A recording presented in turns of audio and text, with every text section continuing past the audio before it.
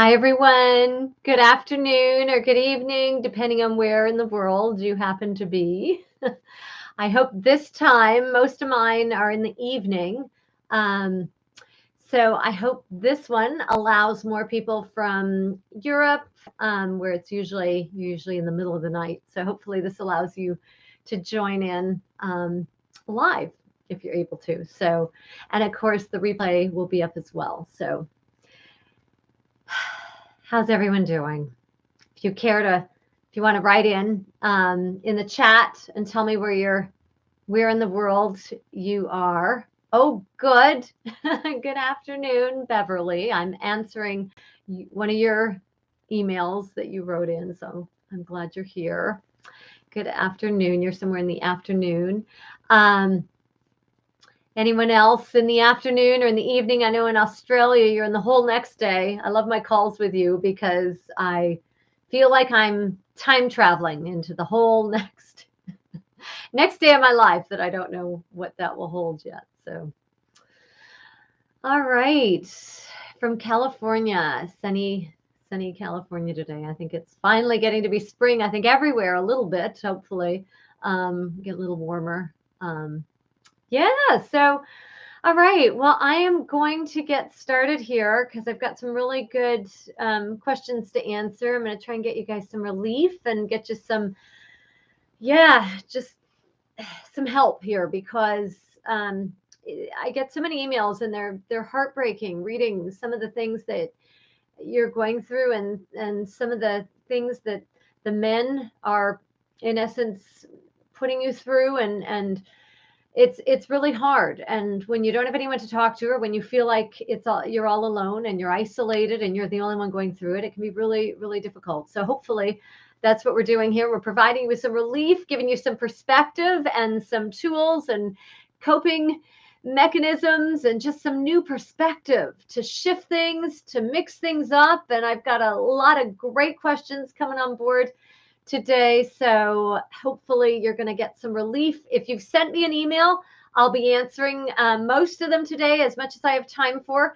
If you didn't get a chance to send in your question, you can feel free to say hi in the chat and type in your question in the chat. At the end, after I've gone through these, I'll come back to the chat like I've been doing, and I will address those questions in the chat. So in the meantime, feel free to say hello and let me know where in the world you happen to be today.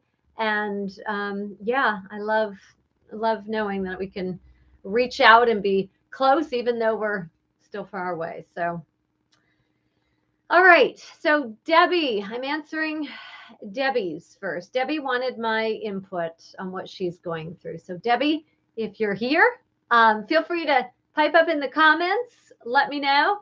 Otherwise, I hope you get this. You can always, back up if you're on later or get the replay. But Debbie, we're going to start with you. Thanks so much for writing in. And for allowing me to be part of your journey on here. All right. So Debbie wrote in and said, "Hi, Jane." She said, "I've been better. I've been dating an older man, 12 years difference, for the past 3 years, and it's just not working no matter how much I try. I felt it's all my fault. I try to change thinking it would get better. We break up multiple times and then we get back together. I go back to thinking that things would change, but then it never does. I see a lot of great qualities that I love about him. But there's a few things I just don't know if I can live with. We also have a few things in common. We have fun together. We hang out with friends. And then there's our sexual connection that doesn't need any work. I've tried to make it work and really, really tried. We both love one another and we break up. Then we still have contact with one another. We text, we talk, we even spend time together. We're currently back together, trying to see if we can work it out. I know he loves me very much. I know he wants to marry me, but I just don't see myself married to him. When we are apart, I'm an emotional mess. And when we're together, I just don't know how to make it work. I don't know how to make it work or what to do. I'm scared to move on without him, to start all over again. He's a good guy, and he treats me and my kids well. He has a great bond with my daughter. Any suggestions on what we should do? I know deep down that we can't keep doing this. I think I know that I need to walk away from him. A few important people in my life think I should end it and walk away. It's been a rough few months. Please give me your input. Ah, sounds heartbreaking, Debbie. It's the back and forth, the good, right? When it's really good, it's really good. And then when it's not, it's not. And so when you're with him, you don't know what to do. And you feel like you've done everything. So there's something that isn't working here. You guys are breaking up, getting back together. This is a pattern. So something's going on here that has you breaking up, and then it gets, you miss each other, and then you're back together, and then it's the hot and cold, and then you're together. So what's happening is you've alleviating, when you guys are together, you're alleviating the fear and the missing each other. You're alleviating the pain of being apart. But then you come back together, and once that's solved, once that's fixed, and you no longer have this pain, the what you're going through when you're apart, you fix that. But now you have the relationship to work on and the relationship to fix. So if you can understand it this way, the back and forth eliminates the immediate issue, right? So when you're together and you've got issues again, then the fix for that is, oh, we gotta go apart again. We gotta split up again. And then when we're apart, then there's the problem of you miss each other again. And so quick, get back together, and you're back together. You've solved that problem, but now there's the issue of what to do in the relationship. You've got to work on that. So this back and forth it allows both of you to stay completely stuck. And I understand, I mean, you're saying he wants to marry you. You don't see yourself married to him. And it doesn't sound like it's for a lack of trying or a lack of not wanting to be married to him, but it's that you see this pattern, this back and forth, and you say, how am I going to do this? How am I actually going to be married to a guy who I can barely even handle the back and forth when we're not even married? So, okay. And you don't want to start all over. And you can justify it because, he's good with the kids, and that's important, right? You want to have that connection with the kids, but you can't keep doing this. So I'm going to ask you a couple questions here. I want you to answer. I know, I don't think you're on here, but I want you to answer these things because what is important is to look at this as if you were giving advice to a friend, because clearly, no, you can't go on like this. This back and forth, you fix one thing, and then you've got the whole relationship to fix. I mean, either the two of you are headed in the right direction and have enough to keep you compatible, or you don't. And if the two of you are simply enacting all of your issues out on, taking them out on each other, trying to work through them with each other, so that this is about something much deeper, well, that's the work for therapists or for coaching or for something other than doing this with each other. And it seems like you might be stuck in we got to stay together because this is the best that either of us has done so far, and we have the same, we have things in common. The sexual chemistry is amazing, but are those enough things to last? Are those enough? And I mean, I think the idea too, when he wants to marry you, well, my guess is that he probably wants to marry you because it's the idea of marriage, right? And he likes the idea of being married to you. He likes the security of you. You like the security of him. But you're right. I mean, something in here, back and forth. You say that you feel it's your fault. So I don't know if that is, it takes two, right? And it sounds to me like more than blaming yourself, it sounds like you both are triggering each other. And what that means is both of you are causing each other to be reminded of a different time and place where something is you're tapping into that, a behavior from the other is tapping into this place where you recognize this behavior and you respond and you react in a way that has much more to do with what has happened in your past that triggers this, the events that have triggered that. rather than it being just about the two of you.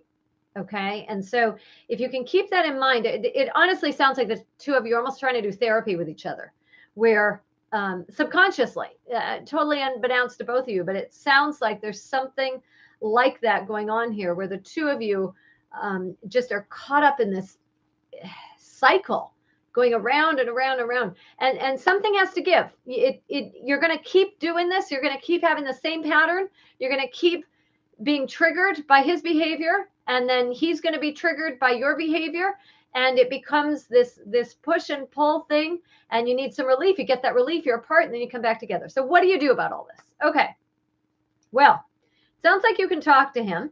I mean, it sounds like, you're talking about it, and it sounds like you're having fun together. You're doing things. I mean, clearly when you're doing this much breaking up and coming back, the two of you are aware of what's going on, because it's undeniable. It's not like one of you is just off on your own. I mean, this is something where you're doing it, and you're not doing well when you're apart, and then when you're together, you're not doing well either. So, okay. So here's what I'm going to tell you to do to get you some relief here. Set a timeline. Okay. Set a time frame, a specific amount of time that you are willing to see if this is going to change. If you doing something different is going to be able to bring about a change here. Okay. Because that is the first thing you need to see. Will that happen? So set a time, however long. What do you want to try? A month, 6 weeks, 2 months? Okay. Normally those are some ideas of when, and if you're not, and to take away the pressure of putting that on yourself, put it this way. You're going to revisit whether or not this is still a viable relationship that you want to be in at the end of that time frame. Okay. So you can revisit it in terms of, you can decide, do I need more time? And then you can decide, I'm going to go another 4 weeks. But something needs to change here, and you have to have some structure to add into this in order to see if anything is possible. Otherwise, you're just continually doing the same thing. So what I'm going to suggest you do is, I'm going to suggest that you have a list of everything that is positive about this relationship and why you want to be in it, and everything that's negative about this relationship and why you don't want to be in it anymore. Okay. And I want you to look at this on a day when you're feeling really good, when you really are missing him, and when you're feeling a lot of love towards him, and you're feeling like everything's good. And I also want you to add to this on the day when you're feeling frustrated with him, and you're not getting your needs met, and you're seeing clearly the pattern of this is not working. So I want you to have these ongoing lists that you add to, so that you can see what is overwhelmingly happening. Like, what is the bigger picture? Is it are there too many negatives, or are there too many positives? What is happening with this?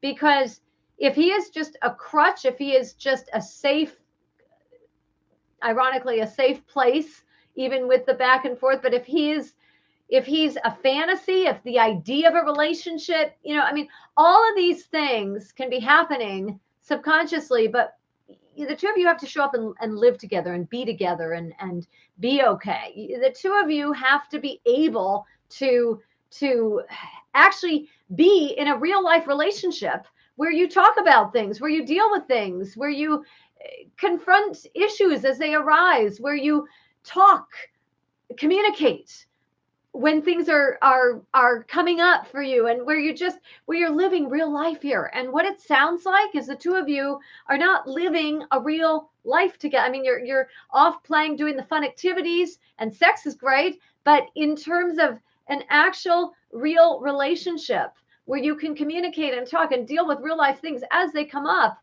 instead of just running away from each other, that is really a difficult thing here, because neither of you are doing that. It's the running away and then running back, running away and running back. So you need a clear picture of what this is and whether it's worth it. And then when you say you don't know what to do with the relationship, I mean, I don't think this is a lost cause. I will say that. Okay, you've asked me for my input and what I think. So, Debbie, I'm not seeing this as a lost cause by any means. But and I'll tell you something too. This is different from a lot of relationships where I would say you need to get out of there. Okay. And the reason why this is different from a lot of relationships is because this is clearly like a team effort. Like, even though it's unhealthy and I've got some real concerns here, but at the same time, this isn't something that either one of you need to get out of right away, because well, you may, as you discover whether or not there's something in here, but I'm not seeing an imbalance of power like I usually see. Like, normally there isn't it's more hidden. It's more that you're staying and you're not communicating and you're not saying anything and nothing's happening, and you're just, it's the type of, the more common thing is where the relationship dies of attrition, because you're the only one doing all the making all the effort and doing everything, and you can't communicate with him. This sounds like the fact that you're going back and forth and back and forth, it has a different feel when it comes to power. And most of the relationships that we talk about on here have to do with power, where you feel powerless. Now, you may feel helpless to change things, or you may feel powerless to change things, but it sounds like this guy sounds equally as helpless and powerless. So this is different. This is different than that. And so what I would say is, he needs to be aware too. He needs to be doing the same thing. So you need to have a conversation with him that basically says, okay, we can't keep doing this anymore. So we need to figure out whether or not we have anything together, a future together or not. We need to decide. We need to figure it out. So you tell him, you need to do your own list. You need to look at the things that are positive about this relationship to you and are negative. And you need to be doing the same thing I am. You need to be adding to that and just getting a feel for, is there something salvageable about this? Because love is not enough here. You can say, I love him. He can say, I love, you can both say you love each other. It's been 3 years. So this is a long time. It's not just the first beginning. So you both, and I feel like, and you can correct me if I'm wrong, but it sounds like this is a guy you can actually talk to. It sounds like the two of you can communicate, because normally you don't get to the back and forth where you're breaking up and getting back together without communication. And this is why it sounds to me like this is not the typical thing where there's a lack of power, an imbalance of power, and where there's something that's really unsolvable, where it's so one-sided. This does not seem one-sided. So after you've had that conversation, you're going to have that same time limit thing. So whatever, a month, 6 weeks, whatever, 2 months, whatever is reasonable for you. And then you guys in that time are going to need to agree on some things. You're going to need to agree to be working for the common good of the relationship, that this is not about both of you. This is not about two individuals. This is for the common good of the relationship. And you're going to see what happens if the two of you think of yourselves on the same team. Okay, because that's important. There is something about being on the same team that changes everything. So with that mindset, if he's willing to do that, this is telling you a lot. If you're saying to him, we need to approach this relationship as same team, we're on the same team, we both have the common goal of wanting to see if this is possible to make this work. If there is enough in our lists that we're accumulating as we go through this time frame to see if there's something here that is going to make this work. Okay, so that is the goal, and that is the plan, that you're focusing on that together. It's the same team. And then probably the most important part of this is going to be that when you have the normal part where you are going to disconnect and one or both of you is going to run, right? And it's going to be, this is the breakup part. So when you are at that phase where you want to run, what is so important is, instead of running, it's communicating what you're feeling. If you can't communicate what you're feeling, if he can't communicate what he's feeling, then that is a problem. So that's going to reveal to you whether or not there's an issue that's bigger than this. Because if you can't communicate, then this becomes something different, because a real relationship, you have to communicate. So if at that point he's not able to communicate, or you feel like you don't want to communicate with him, or whatever that looks like, okay, if both of you are in that space, then the reality is whoever picks up on this, whether it's you or him, needs to say something. And I'm telling you, so in this case, it would be you. When you recognize that there is a breakdown in communication at the point that you two would normally go apart, okay, and run away, and that would give you some relief. That's why you're running away. You get some relief that way. But at that point, you need to say, this is the communication issue. We are not communicating. So this is our problem. We need to be able to communicate what is going on for us in a way that we both become aware that this is our point where we normally run. Okay, because that's normally what happens. We're going to try, because there's a time frame here. We're going to try within this set time frame that we've decided on. We're going to try to see if we can make this work. And so we're going to stay with this, and we're going to talk this through, and we're going to remember that we are in this for the relationship, to see if this can work, because you'll both have your relief. If you can't make this work in the time frame that you have decided on, then you'll have your answer. Okay, because it's either going to work or it's not. So you're going to find that out, because now you don't need to rely on the running. You don't have to rely on the breaking up. Instead, you can rely on the fact that you already have a preset time limit to this, that you are going to see if this can work. And if it doesn't, then you can run. Okay, then you guys can decide what to do. And if running is a decision to make, one or both of you, you can break up again. Okay, but we want to change this pattern. And in order to change this pattern, at that point where you would normally run, you break up, okay, where both of you do this, you have to be able to do something different if you're going to change that, and if something is going to be different. All right. So yeah, I'm not writing this one off. I don't think the age difference, I mean, it might be, it would be more of an issue. The 12 years would be more of an issue if, we're talking about 30 and 42. Okay. But unless we're talking about that, you didn't say how old you were, but you've got kids. So I don't think this is a 30 and 42 thing. So the older you get, the less in age, is going to be an issue. And 12 years is certainly not too old to be. Anyway, that is not something that jumps out at me in the dynamic you're describing here. It's more that these have been your coping mechanisms. He's used to breaking up, you're used to breaking up, and then you get back together, and it goes back and forth and back and forth. Okay. So I hope that helps. That's a starting point. I think there's probably a lot more that we could talk about, because there's a lot in here about your fears. There's a lot in here about how when you're away from him, your abandonment issues all get triggered. There's a lot of there that we can talk about.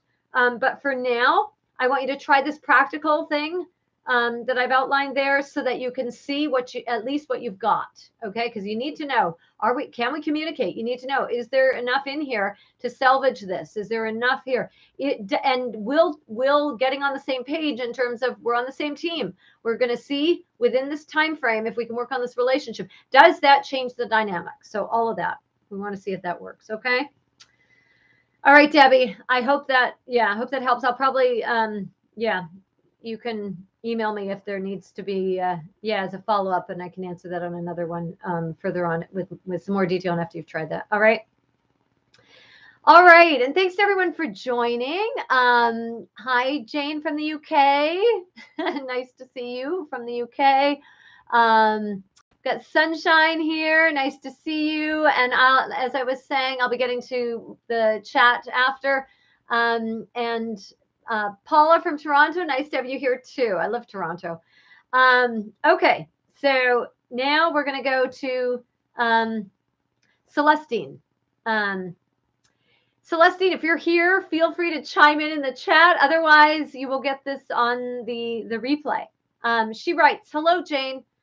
Just struggling with a good man who left me because he couldn't commit. Too much trauma in his past. He wants me as a friend for life. Not sure if this is possible.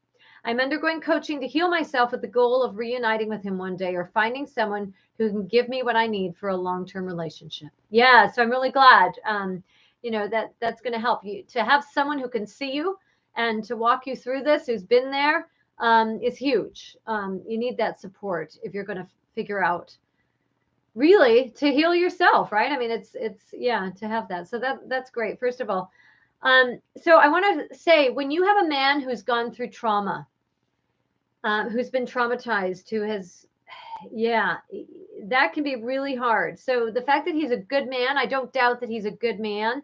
Um, but at the same time, he left you because of his own issues, and those issues are a lot.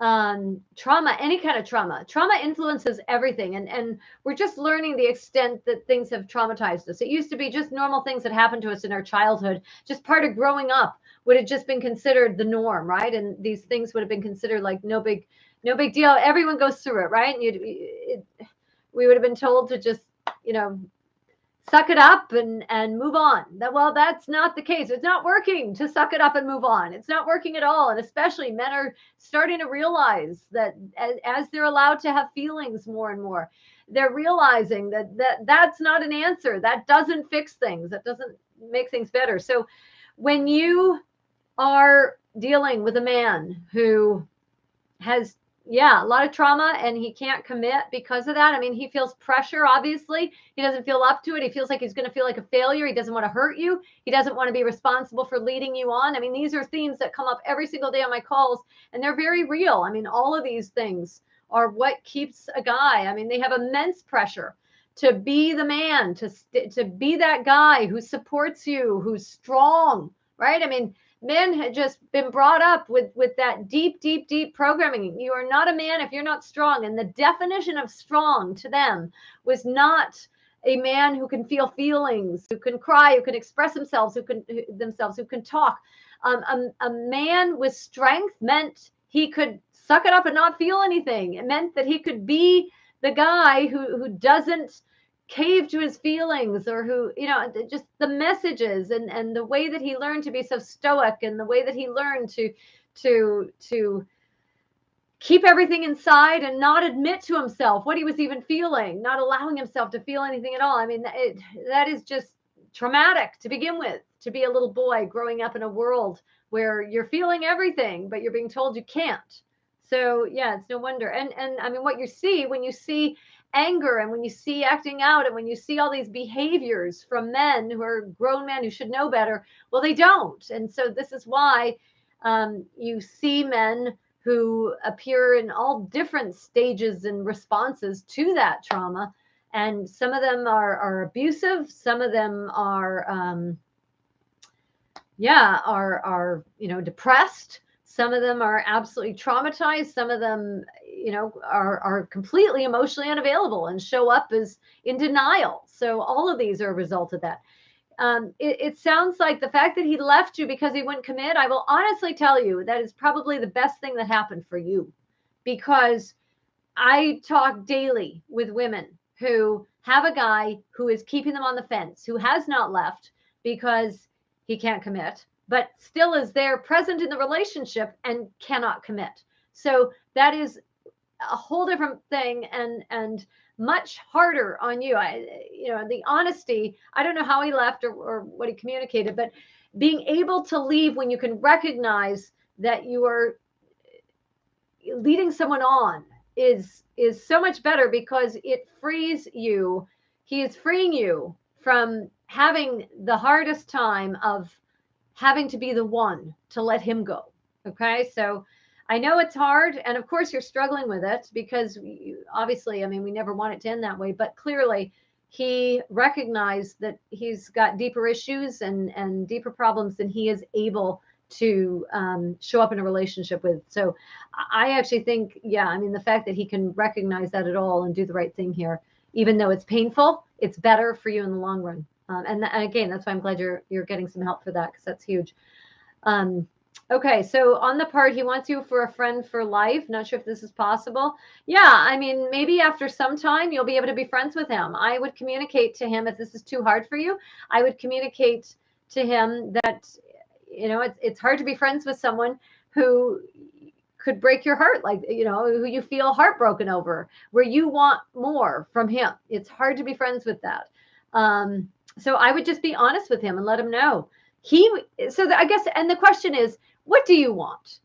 right? He wants you to be his friend. Of course he does. Of course he wants you. I mean, you're probably such light to him. You probably promised so much. You probably held so much promise to him when he met you and got to know you that he probably thought that this was going to be the opportunity to heal everything. Because, I mean, that is what you are, all of you who are on here. I don't even have to know you that well or know you at all to know that most of you who find your way here, you are the epitome of like light and love and just this ability to come across to someone in that you're going to take care of them, you're going to heal them, you have that potential to take those dark spots in their life, those dark places, those areas, you know, and the demons that they are fighting on a daily basis. And you come across with this promise, with your light, with how you are able to see things, with how much love you show, with your optimism and your hope and all of this. You may not be able to do this that well for yourself, but when you've got a guy there to show that to shower him with that light and to believe in, you may struggle so hard to believe in yourself, but you have no problem believing it in someone else like this. And especially a man who, you know, you recognize, you can see that on the inside, that he's the soft spirit guy, you know, the guy who's not this hard exterior on the outside, but that you can actually see that on the inside. There is nothing that causes you to jump into action and want to help him and want to lift him out of this than that. And so I'm sure that's what he's picking up on you. But the question, and that's why he's saying, of course, you know, he wants you to be his friend for life. Of course he does. The question is, what do you want? The question is, can you be friends with him without hanging on to him, without hanging on to false hope, without believing it could be something different? You know, are you going to be basically leading yourself on by being with him? That would be the question that I would ask. Because, yeah, I mean, if you're going to reunite with him one day, it'll be because he's a healthier version of himself. And by healthier, I don't mean perfection. I just mean the person of him that has recognized what he needs to do to make a relationship work, what he needs to do to get past the pressure he feels to make that relationship commitment, and that he's actually understands this isn't just, you know, you coming in and just making everything all better. This is something, it actually requires work from him. The reason why he gets so much hope is because of you, but he cannot be take from you. He needs to also be giving something to you. And like I said in the last, in answer to the last question, giving something to the relationship. The two of you here are here for a partnership to help to grow this relationship. The common denominator here is the relationship, really, because you should both be working towards this relationship if that is the goal here. So whether or not you can reunite with him one day, that will really be up to him. I mean, you could be friends with him if you can do that. I mean, it would involve you compartmentalizing him very much in the way that men have tended to compartmentalize you. And it just in general, the collective us, you know, how men generally do this better, where they can compartmentalize things so that they don't have to be so attached. So this is why, if you want to be friends with him, you would have to you would have to somehow reconcile the feelings, the very real feelings you obviously have for him, that you have this hope that you would like to be together and have a commitment, and the reality that he has shown you he is not able to do that and will actually break up with you before he does that. And your ability to have a detached relationship with him and to be detached, that is up to you. Can you do that? Very few women can. Very few people in general can, if they're honest with themselves. So you have to decide if that is possible for you or not. Okay. Yeah. All right, Celestine. I hope that helps. I hope I'm saying your name right. Some of you have such beautiful names. I'm always wanting to make sure I say them right. So thanks for, yeah. Hopefully I said the right thing. So yeah, thanks for writing in. I hope that helps. And you can, yeah, I mean, I think the biggest question is to ask yourself, what do you need to do there? What do you want? Okay. All right. I've got something here from Lori. Lori writes in and says, I'm sad because I really liked this guy and he kept putting me down. Okay. In things I needed to do with my family, my daughter turned her life around. Okay.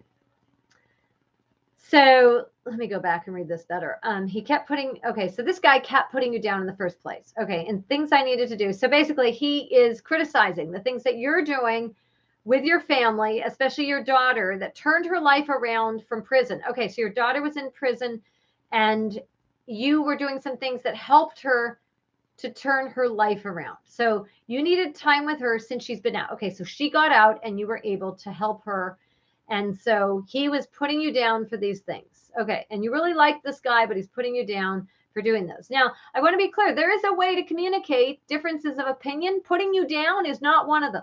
So right away there, I haven't even read more here, but that's a bit of a red flag, actually quite a bit of a red flag. That's because there are ways to communicate. I think this might be a better strategy, but I'm not you. I think this might be something better, but I'm not you. So this is just my opinion. Okay, that would be a much better way. I'm not saying this guy is at all capable of saying that in the first place, but I just want you to be aware there isn't just this put out. Someone doesn't just have to communicate harshly in order to get a point across. Okay, you deserve and you can expect from someone the respect of phrasing it like that, okay, and framing it to where they are telling you they have a difference of opinion without making it personal and making it a put down of something you're doing. Okay, we're all doing the best we can, and if you have found something that works and he disagrees, he can disagree respectfully. All right, so that's just the first thing there. I live with my mom right now, trying to get my own place with my daughter.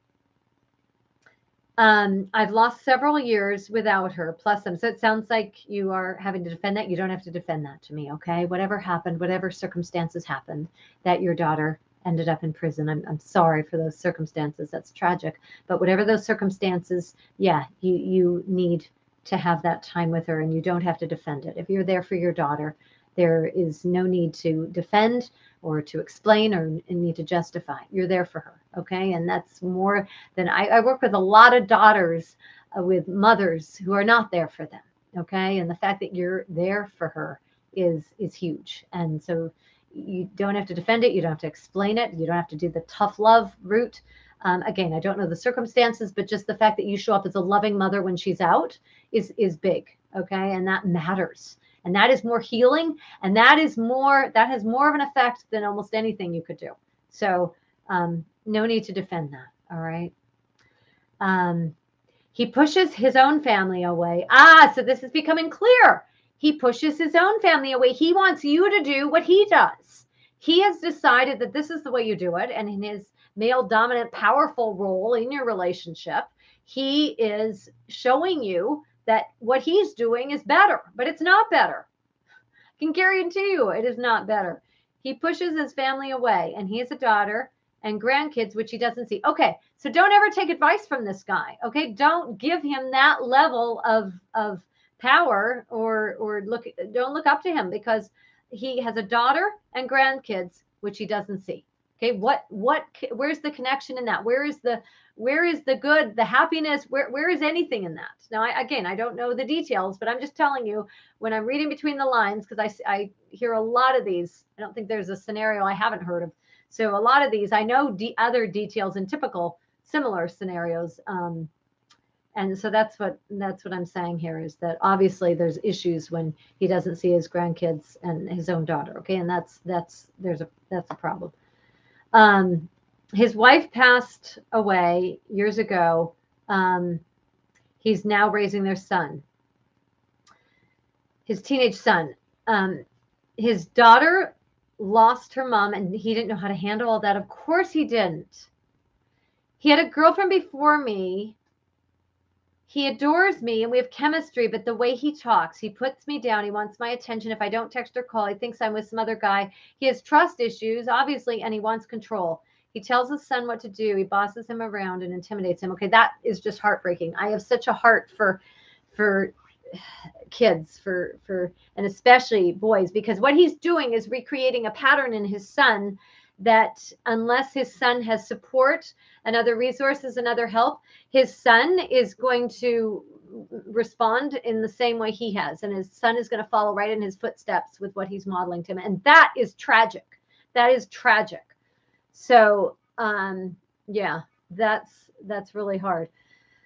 So, first of all, this is a guy. I mean, the whole picture has become so clear. So, Lori, this is clear, and it's sad. It's really sad and tragic, but it is.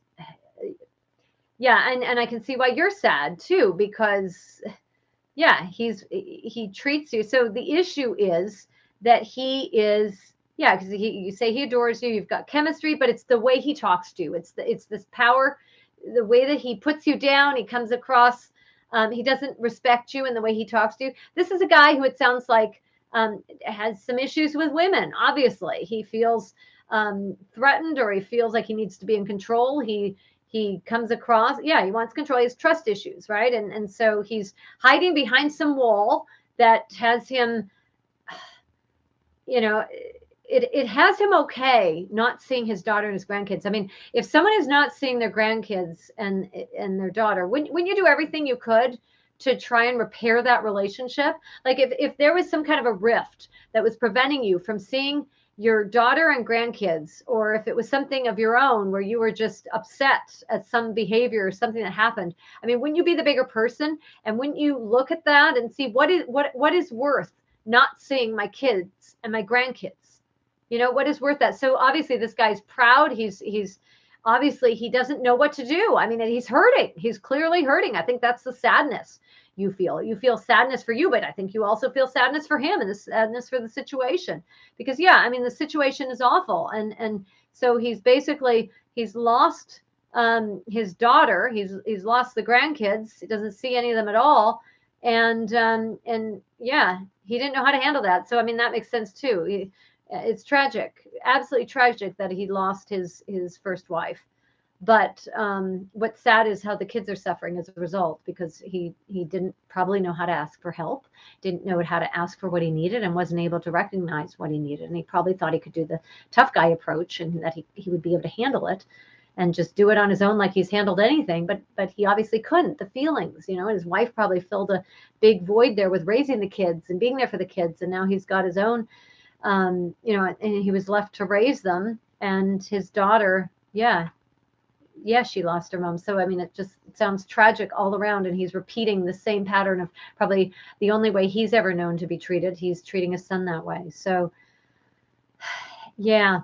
So I think the first thing is to shut down the behavior where he accuses you of things, right? I mean, yeah, he wants your attention, and he'll take it in a negative way. So even to get your attention negatively, he'll do something to try to at least get a response out of you, because some attention is better than no attention, which is, again, a learned response, right? That someone who acts out learns that it's better to get something than nothing. So first of all, I think for you to calmly and gently but firmly tell him when this happens with the, I don't, so if he blows up at you with, if you don't text or call him thinking you're with some other guy, I want you to try, instead of defending, or instead of losing your own power here, I want you to try the practical with him, just to see. I mean, there is so much wrong with this. There's so much wrong with this. Unless something changes, this is really unhealthy for you to be in, because constantly being put down and having someone who has so many trust issues and wants control, I mean, that's power. You're going to feel even more powerless the longer you stay with him. So I really don't see anything here that is going to change unless you one last chance, and then or one last thing to try, and that's what I'm going to tell you here. But otherwise, I don't see something to salvage without it affecting you. I don't see there being something to salvage here without you being,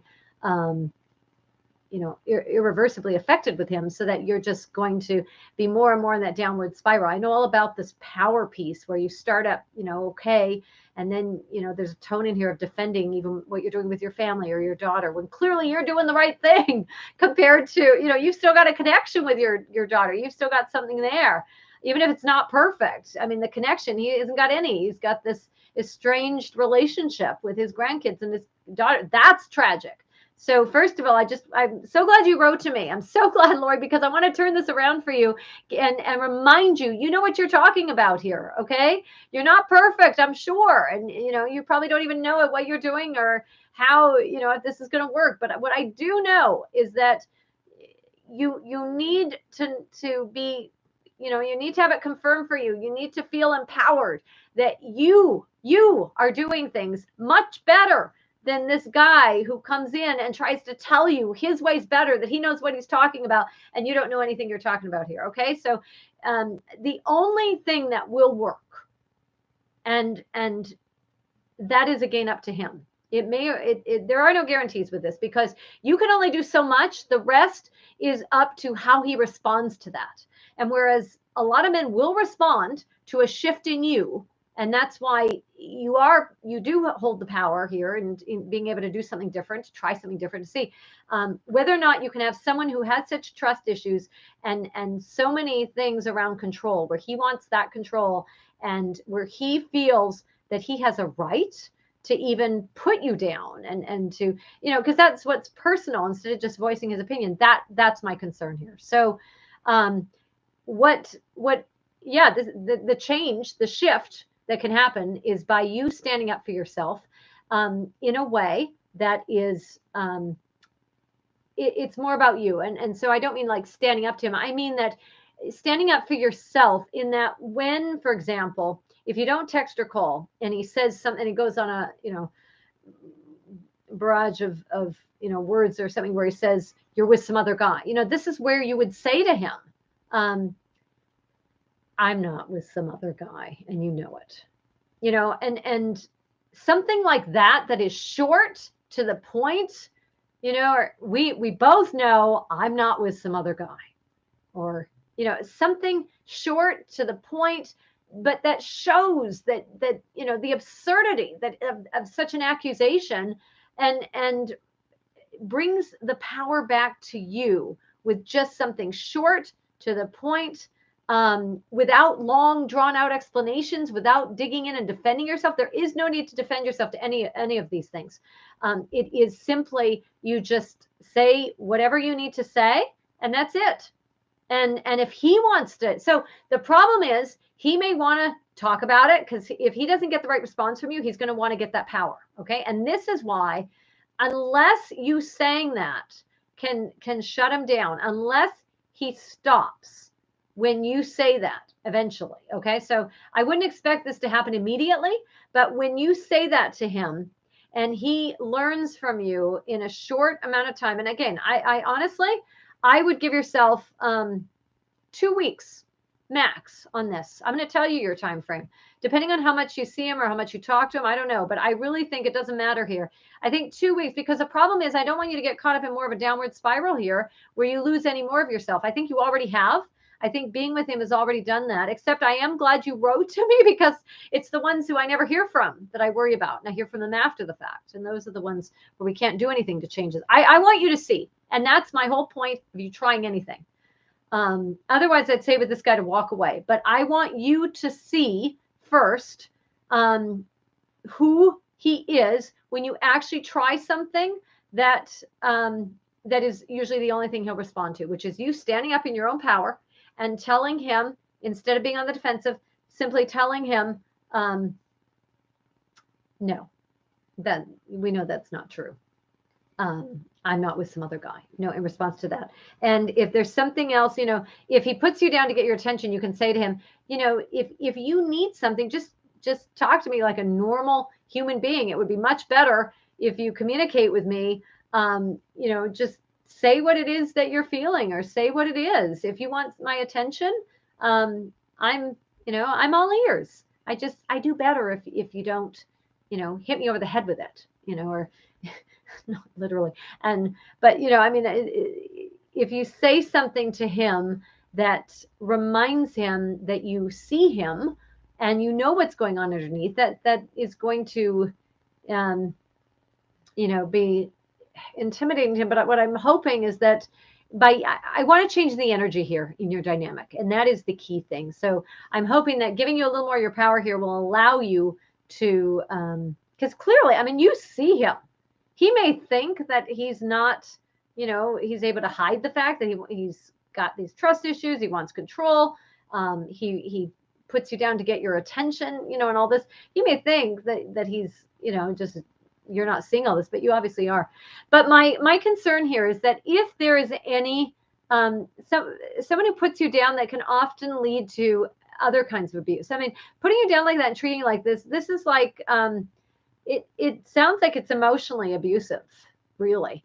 I'm not there and you haven't gone into detail, but the fact that you're on the defensive in that, it sounds emotionally abusive. And my concern is that I don't want this to go further down where it becomes either, I mean, it's verbally and emotionally abusive. And so if there's any chance that there could be any physical abuse, I mean, that would be grounds for, don't even try anything with someone like that. Okay. Because we don't stay in situations where there could be anything like that. And the fact that he is already someone who, you've just identified with these things, with the things you've mentioned here. I don't know if you even want to try. All right. But that would be what I would try. You got to change the energy, and that would be how I would start. It would just be what I've told you to do there. All right. All right, Lori. Yeah, and you can feel free to email me if you have more details or something you want to, and I can address it next time, but hopefully that gives you something to go by. Really hard. Like I said, it's really hard when there's kids involved. And that is why my goal is to reach more women before they have kids. That's how come I started this whole thing, because I was very naive before I had kids. And I thought that I just had to make any type of guy who I wanted so badly, whether he was, going to make a good father material or not. I was convinced that, worst case, if I had kids with him, well, he'd rise to the occasion and he'd be a good dad. And I can tell you, it wasn't until I met the man who would become my husband, who incidentally was a big brother. He was already on his own, looking to, he was good dad material before he was even a dad. And the men who I hung on to so tightly and tried everything to make things work with were just not the right men at all. So the more women I can reach on the early side before they have kids, I try, because it's heartbreaking. The stories like these that I hear with these men who unfortunately don't know how to be, have never been taught, and don't know how to be fathers. And it's sad. All right. All right. So the next one I've got is from, okay. So Monica wrote in, saying that the story I'm telling myself is that if it's meant to be, he is already on his way. I love that. Only a portion of me was afraid of fully committing to him. I feel he doubted what he could give me, or maybe he wasn't single long enough since he wasn't fully divorced yet. Okay, so not really sure about the question in here, but this is a good one to just answer you, Monica, about a couple things. Don't date a man who isn't fully divorced yet. Okay, that goes for everybody. The issues that I hear in the women who come to me after the fact, when they have gotten involved with someone who wasn't fully divorced, and where this drags out and just drags on, it is excruciatingly painful what comes from that. So if you are with someone or thinking of dating someone or just getting to know someone and they are not fully divorced yet, I would wait or just be friends if you can do that. But again, that's really hard to do, because it is really, really difficult to be with someone who hasn't, one, because you hit on 2 points here. One, that he's not fully divorced. That's an issue. And two, that he hasn't had a chance. I mean, especially if he's been married the whole time, If he hasn't had a chance to be single enough yet, that's going to be a problem because you were essentially the rebound. You're coming out of that. And that can lead to a lot of issues and a lot of problems that otherwise you can avoid. So I pick up the pieces too much with women who've gone through that. And it doesn't matter if you should be really afraid of fully committing to someone who you may be a rebound with. I mean, I think if you are feeling afraid to fully commit to someone, and honestly, I hear this a lot from women who want to know, like, what is wrong with them? Because they think that there's a big issue being, is it me? Can I not commit? Am I the issue? And I see the problem not as much being about whether or not you're capable of committing. That can be a part of it, but the bigger piece of it is that there's a reason that you are not feeling comfortable committing to someone. And in this case, I mean, it's pretty clear to me that someone who is not fully divorced and has not had a chance to date or has not had a chance to just be even by himself hasn't had a chance to figure out what he wants. And so he may just be looking for someone to escape to temporarily, because he's on his own. And that is a new thing, especially for a man coming out of a marriage where he's used to being in a marriage. That can feel like that. Okay. So that was that. Yeah. And so, it is true. If it's meant to be, okay, it will be. But here's the thing with that. It will be because why, right? Like, it's because two people commit to actually working on a relationship. Two people do what it takes, are willing to do what it takes to be in that relationship in the first place. And that is the most important thing, because it's not going to work if you don't have two people who are both committed to making it work. And that ties into that first question I addressed on there. So that is what is necessary if something is going to work. All right. Okay, let's get back to another one on here. So, okay. Here, Carol, I loved your question. Carol, I'm not sure if you're on here.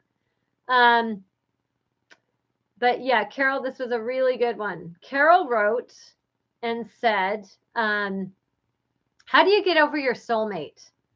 It ended out of the blue 6 months ago, and I don't know how to move on or let go of this love. I'm tired of having a pit of anxiety in my stomach every day and just being miserable. So how do you get over your soulmate? Oh, that is so hard. Because it feels like you've lost like this one guy. And it feels like, this is something where you've lost your one and only, right? Where it feels like this is it. This is all you've got. So that is just, that's really hard. Okay. So let me talk about this here. Hang on. There you are. Okay. So I want to clarify something, and I want to clarify this really gently, because I know when you are talking about him as your soulmate, you do feel very strongly he is your soulmate. Okay.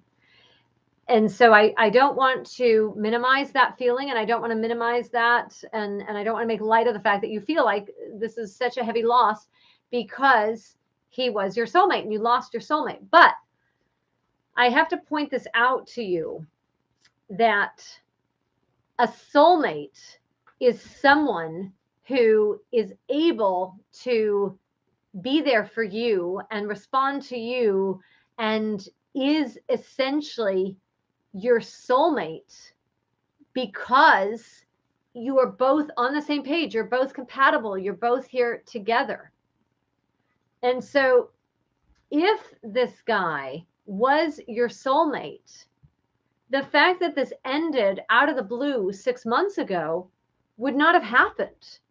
So if this ended like this, he could not have been your soulmate or your only soulmate or the only possibility here for you. It's just, it is not possible. And so this is the first thing. I'm gonna come to how to stop feeling miserable, but I want to just remind you of this, that it can feel like this person is your soulmate, and it can feel like you've lost him, and so you've lost any hope of having that person because he was your person. But there's all kinds of reasons why we feel someone is our soulmate, and those reasons can be very real to us, but they can also be subjective, and they can also be reasons that are not set in stone that this is our soulmate. So I used to believe there was only one person for everyone. And I used to feel like I had to find my one person. I had to find my soulmate. And so every single time I found my soulmate and then it ended, I was absolutely devastated because it was over and there was no more soulmate. But the reality is, those men who I called my soulmate, all those guys were men who at the time I thought were my soulmate for me at the time. If I had known the growth I was going to go through, if I would have known how much I was going to change and evolve, I would have known that none of these men could have been my one and only soulmate. They were only what I would have called my soulmate at the time. So I'm hoping that talking about this will help you to recognize that this is not the end of the world for you in terms of the last relationship you're ever going to have, or the last relationship with someone who was your soulmate. You meet people at different times. If we want to talk about soulmates, I mean, you can meet a soulmate at every different stage of your life. You will meet someone who feels like your soulmate, who could promise to be your soulmate, who you would think would be the epitome of being your soulmate. But I've seen too much to know that it changes. And the soulmate you think at one stage of your life is a different person, at another stage. And someone who's perfect for you in that one stage is not perfect for you at another stage. And I really think we do such a disservice by calling these people our soulmates or thinking of them in terms of soulmates. And I think that is something that we're told, and it's a concept that we're given that resonates so deeply with us because we are so filled with light and love and awareness and this sense of the spiritual and all of that. And we want to believe that there is some divine intervention in how we find our soulmates and how our souls meet. And I do believe in all of that stuff. I do believe in the divine intervention, and I do believe in the universe and God and all these things coming together and working for our good and doing having these magical and just more than coincidences. Reunions are just uniting of two souls that see each other so clearly. I believe in all of that, and I see those things happen all the time. But I also see the other side, like this, when it doesn't work out for human reasons, and when it doesn't work out for human reasons because someone chose something different, and because someone grew or expanded in consciousness in a certain way, or someone went through something that they no longer are able to handle something the way that they maybe handled it before. And when all of a sudden their view of the world or their ability to commit to someone or their ability to function as a partner in a relationship or to commit or whatever it is. I mean, so many different possibilities of different scenarios here, but the bottom line is these are subjective, real things that happen in the world, and they change whether or not someone is still your soulmate. And even though your souls may continue to always recognize each other, at the same time, if someone can be lost, if someone is able to extricate themselves from your soul and the two of you go your separate ways because of something of one of you or both of you of your choosing there, and if you're the one left, I mean, this is especially painful, but the bottom line is to what it does and the agony you put yourself through believing that you have lost that one soulmate that your soul recognizes and that you will never have that again that is torture. And I do not believe that is ever how soulmates and the spiritual and all and love itself, that is never the way that we were meant to believe in a love and a soulmate. That was never the intention of that. And so if you understand that these are concepts that have evolved through the years and through the ages, and yet what matters is whether or not you have someone who is compatible with you, who's choosing you as much as you're choosing them, who is responsive and communicative enough with you that you can talk about things. I mean, it is one thing to say this guy is my soulmate, and it's one thing for you to say, to talk about each other in terms of that. It is another to actually walk the talk. It is another to actually act like you two are soulmates. It's another to actually live like the two of you are soulmates. It's another to actually live in that reality. And part of the problem is we can live in this fantasy that is so easy and so seductive, to live in that fantasy where everything magically works out and we magically find each other. But at the same time, what it can do to us, there is that element, yes, but what it does to us when we put everything, all our stock in that, when we rely solely on that belief system, no wonder you are having a pit of anxiety in your stomach every day and you're absolutely miserable.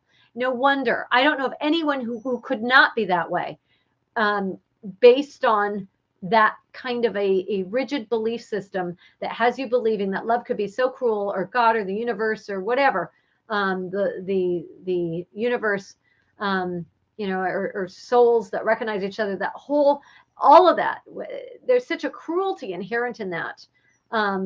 If you could be denied that, and especially when something ends out of the blue without anything that felt like it was your control over it.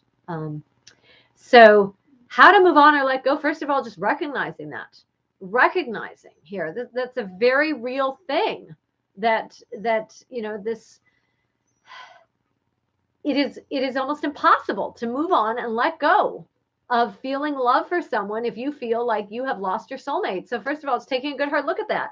Where did you learn about soulmates? Look at how that was absorbed, right? I talk about this and how we absorb so much. And if you absorb those beliefs about there being one and only soulmate for you and everyone gets one soulmate. I mean, go back and track the actual logical progression of how that became your such an ingrained belief. How did that didn't just happen because it's just the way it is. You learned that from somewhere. And so it resonated with you. And that's why you believe so much in that. And so there's very real things about you that makes things resonate and not other things. But are they all the truth? Are they all, who says? I guess this would be the other question I would ask you. Who says that this is your soulmate? Who is the authority on this being your soulmate? How do you know for sure? And then if there is a doubt that this person might be one of maybe more than one soulmates, or that he might even not be your soulmate, if there's even a window of doubt, even just a crack in that available for that, you don't know for sure that this could be your soulmate. Doesn't that give you hope to know that there could be someone else, that this isn't the end of love for you, that there could be more than that? I will tell you, I thought I was so deeply ingrained in this, with this, there being one person. For me, it was God. I loosely thought soulmates, but for me, it was God has one person for me. He's got the perfect person for me. And I believed that. And so I was always looking for this perfect person, and that God was going to provide. And it was going to be, in this magical, or just, it was going to be in a very much an intentional way. I was going to know. And so I was always looking for this perfect person that God had for me. And I'll tell you, the guy that I thought was it, because he took care of me and he had all, he was just, I thought for sure, this is my soulmate, or this is the man that God picked for me, or and I would have called him my soulmate too.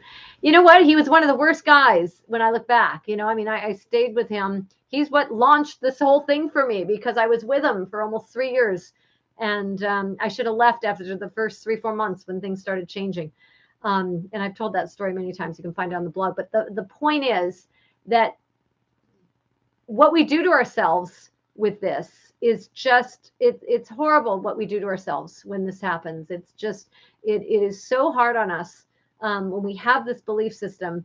And so I would just look at that, take a closer look at that and see where it comes from, and see if it wasn't just something that was given to you, but if it's something you actually learned and that you gravitated towards because it made it easier. Because if that was your belief and it was all up to some, almighty God or to the universe or to some kind of something outside of yourself, right? That there was the spiritual thing that was just going to bring the two souls together.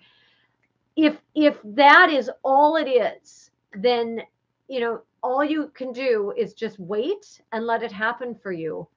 And it will happen. But I will tell you this, if you're not a person who can wait well, if you're not a patient person, if you are a person who wants to have a life going on as well here, it is going to be really hard for you to do that. So I would just look at and then if it doesn't work out the way it's supposed to, like me, I was absolutely devastated for the same reason. I thought for sure, because I was trying to do something to bring it back. I was trying to make it. I kept it going for that 2 years and 8-9 months after the first 3 months disintegrated into something else. And I kept trying to get it back to the beginning because I felt like this was the only guy for me. And he was the one. If I had been open to the fact that there were more than one guy, I would not have put myself through the heartbreak that I did. And it took a lot to get out of that pit, because I started out very confident up here and I ended up just in a really low spiral. And if I had understood all of these things, then it would have changed everything. So, yeah, I love the idea of soulmates. I do believe they exist, but I don't believe, I believe souls recognize each other, but I believe that lots of souls recognize each other. And it also depends on where you're at and what stage you're in. So I just, I would look at, are your beliefs hurting you? Are they harming you? Are they making things more difficult for you? Are they, this sounds really hard. And so I'm sorry that you're going through this. It's really hard. There's some practical things you can do in terms of like writing down the realities of what it was actually like with this guy. How hard was it to maintain a relationship? How many things did you have in common, and how much were there things that were hard, and how much was he working on the relationship too? Those are all possible, things to look at to help you from a practical side of things get over him. But on the other hand, the reality is when you believe, it's the belief that someone is your soulmate that is going to make it really hard to move on. And so, yes, he can be your soulmate, but the fact that there could be other souls that your own soul recognizes. I see it all the time. And I've lived that as well, but I see that every day. And it's just the reminder, if you do a poll of how many people thought that was their one and only, and had given up on everything because of that, that's what we do. But how many of us at some point we do meet someone else, and there is someone else who's actually healthier for us and better for us and doesn't require this pit of anxiety in our stomach every day, and not knowing where we stand with that person and just being miserable, trying to get over. I would also, I would look at like, what was the relationship like when you were with them, and what was that like? Was it really the way you remember it, or were there, all the good times? It's so easy to remember the good things, but when you look at actually how many times were there things that weren't that good, and how many times were there places where, if you hadn't accepted that this was your soulmate, you might have been less accepting of some of the behaviors and some of the things that happened. All right. So just some food for thought, things to think about. Your beliefs are your own, but I just want you to be aware that those beliefs can really hurt you, and they can be really hard on you. All right. Okay, Carol, thanks for writing in. All right. So now I'm going to go to Beverly. And Beverly, I am so sorry for your loss, because Beverly writes in and says that if your partner dies, is it possible to fall in love again? And that is really, really difficult, because and I've worked with many people who have had their partner pass away like that. I've known many personally. It's tragic, and it does take getting over someone, and it's a different type of thing because it's usually things are going well, right? You're not losing someone because things are not going well. So first of all, there's a little book. I'm hoping you've already read it, and it's How to Survive the Loss of a Love.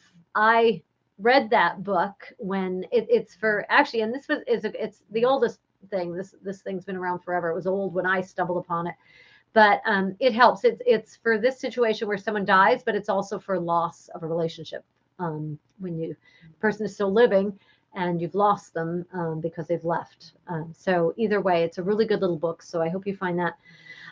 So I want to tell you, in working with a lot of widows and widowers, I've actually worked with some men too with this, where it's really difficult. So for widows and widowers, I will say absolutely it's possible to fall in love again. I have heard from many that it's confusing, it's awkward, getting back into the dating realm and dating again can be really difficult. But first of all, what I would say is it is much easier if you also join like a group of fellow widows or widowers. So other people have experienced this for some social, even if you're just meeting friends. It is helpful to find people who know what this feels like, who can give you kind of some sense of your bearings, because they're in it too. It's not just like going straight to the dating scene or when you're ready, of course, but this is different because you're in a situation where other people will understand you and get you. So first of all, that would be something I would recommend to start with. And then what I would also say, like I said, I'm just recalling like a number of people who I know and who I've coached where they have fallen in love again. And yeah, it's really, I actually think it's easier in some ways because you don't have the rejection. You don't have the feeling that you have lost someone because there's something wrong with you. So in one sense, and I know this may be small consolation, but in one sense, it might be easier just because you don't have that edge. You don't have that part of you that feels bad or feels wrong or feels there's something not good enough. So in that sense, you don't have that with you. And is it possible? I guess it depends on how much you're able to move on from here. I mean, there's a lot of other widows out there and widowers out there. Make sure I got my widow and widower correct. Thank you. Widowers. So, there's part of recognizing, yeah, I mean, definitely someone who's gone through it. So this is why joining a group like that and making friends first and finding someone maybe from that pool, that will be easier because they will understand.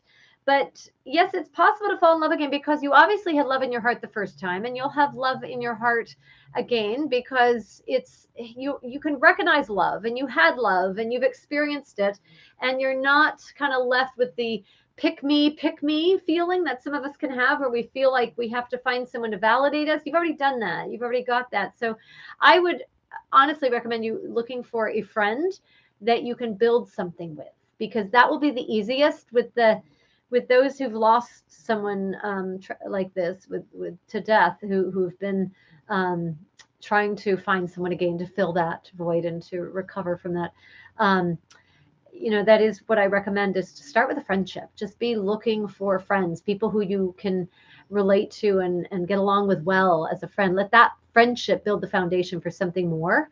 And then some advice that I gave someone who was concerned that if she didn't feel something the same way that she felt it before, like for her husband who'd passed away, and she was concerned that she was going to lead this new guy on. She was enjoying getting to know him, but they were more just friends. But she also sensed he was interested in more.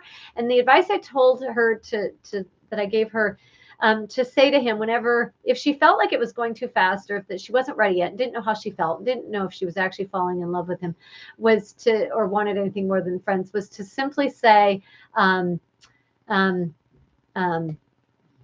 not ready for that yet. I'm not ready to go there yet. I'm not there yet. That's what it was. It was my four words. I'm not there yet. I forgot it even as I'm saying, I'm not there yet. Okay. So that's what I had told her to say to him, because a man is going to avoid that conversation. He does not want to know what that means. He doesn't want to know, does that mean it's not likely? Does that mean it's him? Is it? He's going to avoid that. So it will give you some time to build a relationship and to figure out what it is that you're looking for. And this also applies, incidentally, if you're friends with any guy, like if you're friends and you don't know if you're attracted to a guy yet, then saying that is really helpful because it buys you time. That's all we're doing here. We're buying you time. I'm not there yet. He's not going to touch that one. He's not going to, I mean, if he's a good guy, he's not. Someone else might say, oh, well, what does that mean? When will it be enough time? But in this case, it sets the stage for, I'm not there yet. It lets him know you're communicating, you're saying this to him, but you don't know yet. And what that I don't know is, and when you will know is not something that you're aware of or you're communicating yet. That's as far as you know. I'm not there yet. So it allows him to take responsibility for whether or not he's going to decide it's worth continuing with this ambiguity, because you don't know. And that's honestly, the goal is buying you time so you can get to know him without the pressure. Because if you start feeling the pressure, that will make it hard. You might compare him to your ex. You might compare him to your late husband in this case. And so by being able to instead say to him, I'm not there yet, it buys you time and allows you to have the pressure taken off of you so you can just get to know this person at face value. Just see who he is and what he's about and see if there's something there. But I will tell you, you will fall in love with someone again, because I've seen it so many times, and it makes sense because you have loved. So he may not compare, he may be different, but that may also be indicative of the fact that you may have evolved since you first met your husband, and you may be different than even who you were in that. I mean, life circumstances, even tragic ones, can change us. So I think there's something here to look at with, is it possible? Yeah. But it may not be, in fact, it rarely ever is what you think it's going to look like and how you imagine it being. But that doesn't mean that it's not going to be everything as beautiful and as wonderful as you had with the first one. All right. So anyway, I hope that helps. And yeah, that's hard, and it can feel helpless, and it can feel like nothing's going to change. But you find someone living life. I tell people to join, things, become involved in common interests. Find people who share your heart. You have that heart, so find someone who shares in that, who feels that. Okay, and yeah, because it's in the living. You find people with common interests, and you meet those friends, and living your life, doing the things you want to do. You find people through those things. All right. One other thing I was just going to say to everyone here, if you were not able to write in and have a question for me, just put it in the chat, and I'll get to them at the end. I'll look at those. Okay. Then I had someone say, Jody wrote in, and she just kept it short, to the point. How do I fix my life? Okay, Jody, that could mean just about anything, but I'm glad you asked it, because you also summed up what almost everyone is asking, right? How to change something, how to fix something. So what I would say to you, pick one thing. It can be really overwhelming to look at your life and see all that's wrong with it, and see all the different areas that you'd like to see things improve and you'd like to see things better. So what I'm going to say to that is pick one. Don't give in to the overwhelm. Don't get all overwhelmed with all these different things that you feel are all wrong. Take each of these one thing at a time. The goal is to mix things up, to shift something, to change the energy, to change the vibe, to change the feeling in your relationship. There's a lot of you who, you come from all different places on the spectrum of spirituality and things to do with God and the spiritual and things like that, and so when we talk about energy and we talk about vibes and we talk about this, and there are some of you who are like, and we talk about like magic and just all of these concepts that can have such loaded words and feelings behind them. They can be such loaded words because it can feel like it's too out there.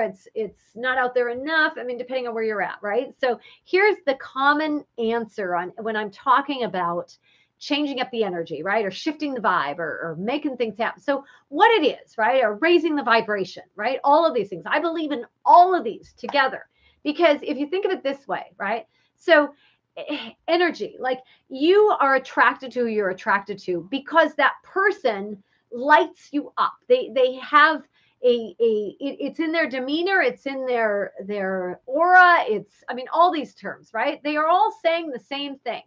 You are attracted to the people you're attracted to. You're drawn to the people you're drawn to, and the people are drawn to you who are attracted to your essence, your aura, your energy, what you convey, what comes through. This is where, like, the verbal is just part of it, but it's all the nonverbal. It's the tone. It's the way it's felt.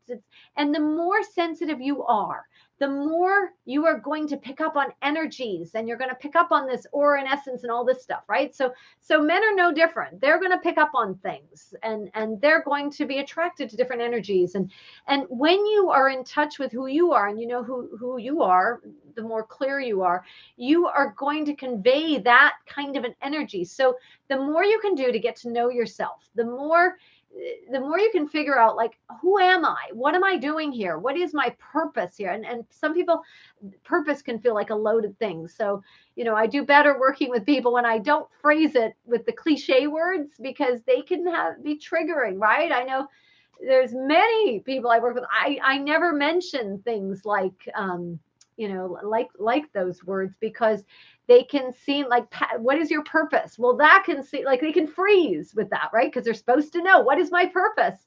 And so instead, with them, I purposely, I like back it up so that we're not talking purpose yet, because no matter how many exercises I can give them or things to do, they come back to, the purpose thing just stops them, and they're just stuck with that. So we're going to go at your comfort level here with any of these terms, but it makes it so much easier if you have a clear idea, as much clarity as possible about who you are and what you're doing here, because it means that you're going to know who is best meant to being on this path with you. You're going to find out who is more in alignment with your goals and with where you are right now, and who is most compatible with you. And those things make it a heck of a lot easier to meet someone than you just waiting for someone to fall into your lap who happens to be, magically perfect. So it is much easier if you already know who you are, and you're already moving, so that there's already an energy happening. There's already something going on here that is attractive to someone else. You don't have to be attractive to everyone. That is not your goal, but you need to be able to communicate enough of who you are so that someone who is looking for who you are, looking for that, recognizes it in you. And if you are not, if what you have been doing is not working, and my heart goes out to you, Jody, because it sounds like there's a lot of areas that are not working as well as you'd like them to work, or not what you would like to see. So, if it's your career, if it's your friendships, if it's your relationships, romantic relation, whatever it is, all of these things are all related, because they are all about you and finding your people and all these things, finding matches, finding environments. I have never yet met someone where there is something wrong with them. It is always something wrong with the environment that they are forcing themselves to keep trying to repeat the same things they've always done with, and expecting a different outcome, because it doesn't work that way. If you're not in the right environment, you are going to feel like everything is wrong with you. If you are in the wrong environment, you are going to feel like there is nothing that is possibly right with you. And that is going to be your biggest clue that there is something wrong with you, or that you're in the wrong environment, is when you feel that there is something wrong with you. If you feel that there is something wrong with you, change your environment, mix something up, change the energy, do something different, get to know another part of you, go exploring in a different direction, find some different friends, get involved in some new things, venture out into some different area, mix something up so that you can see something different for yourself, and you can have some hope in there being something giving you some reason to be here, and that is going to create a different energy that attracts something different than what you've always been getting. Okay, so that's I would sum that up for you. Okay, it's not only you. Yeah, you're not alone in that one. There's a lot of people feeling the same thing with that too. So okay. I've got another one here. Dana writes to me that there's no good men. She says, there's no good men, no evolved men left. And I hear this a lot. So I know a lot of you are feeling this. So listen up. I've got an answer in here. I know what I bring to the table. And yes, everything always starts out great, but they end up the same. Yes, I'm tired of being single, but I'd rather be single than deal with drunks, drug addicts, or narcissists. Okay, big broad group in there that you've got a lot of them included in there. All right, I know how that feels because I hear this on at least a few calls a day. Yeah, where are they? Where are the good men? All right, well, I got some hope for you, Dana, and everyone else. So on the one hand, we are seeing more evolved men than ever before. All right. There's more opportunity for men to feel. Men are given more permission to be something other than a narrow, rigid view of what men are supposed to be and what manhood is supposed to be about. So generally speaking, we are just allowing men to wake up more. And what is also happening is in contrast to what we're seeing the stark contrast too, where we're seeing where men feel, right? We're seeing books written about it. We're seeing seminars. We're seeing conferences. We're seeing just discussion, conversations at all about men and boys having feelings, right? I mean, these conversations never ever happened before. So I have hope about this.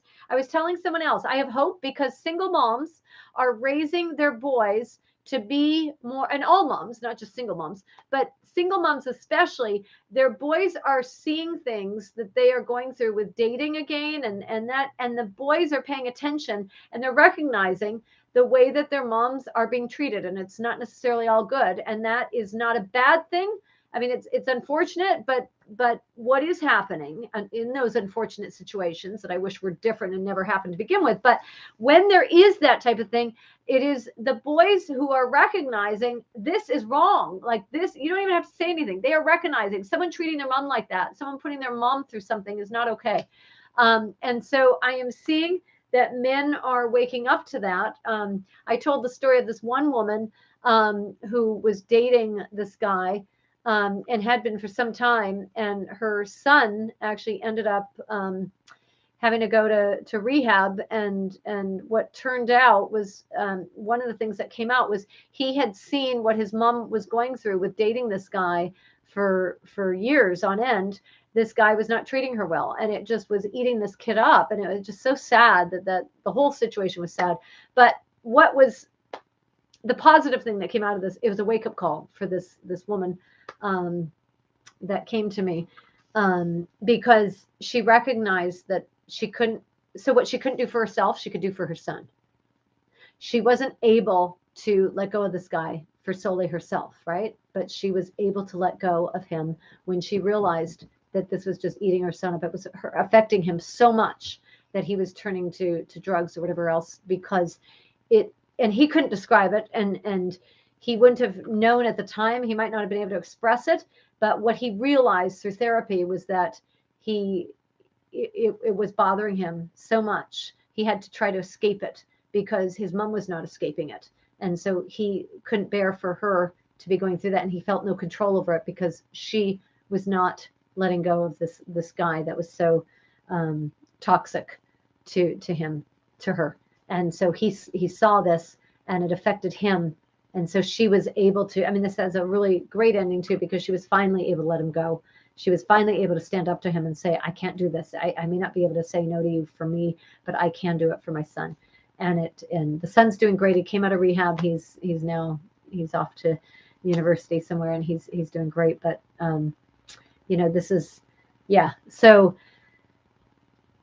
I feel hope that even though it is still hard to find good men, and we all know the statistics that are just drilled into us, that there's more women looking for men, and so you got to compete, and all of this stuff. Well, you're not looking for everybody, and you're not this isn't about the competition, and this is about you and one guy. All it takes is one guy, okay? And this world is huge, and people are uncoupling all the time for good, for all different reasons, right? I mean, by the time someone is on their own again, a lot of times they have perspective now. They're able to look at things differently.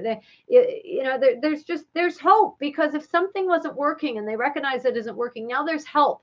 It's no longer the what it used to be, right? That men had to hide if they went to therapy, if they needed help. Men had to cover things up. They had to pretend they didn't have feelings. They had no places to go for help. There are now places that they can go to get help. And I mean, even with the internet, they can do it privately.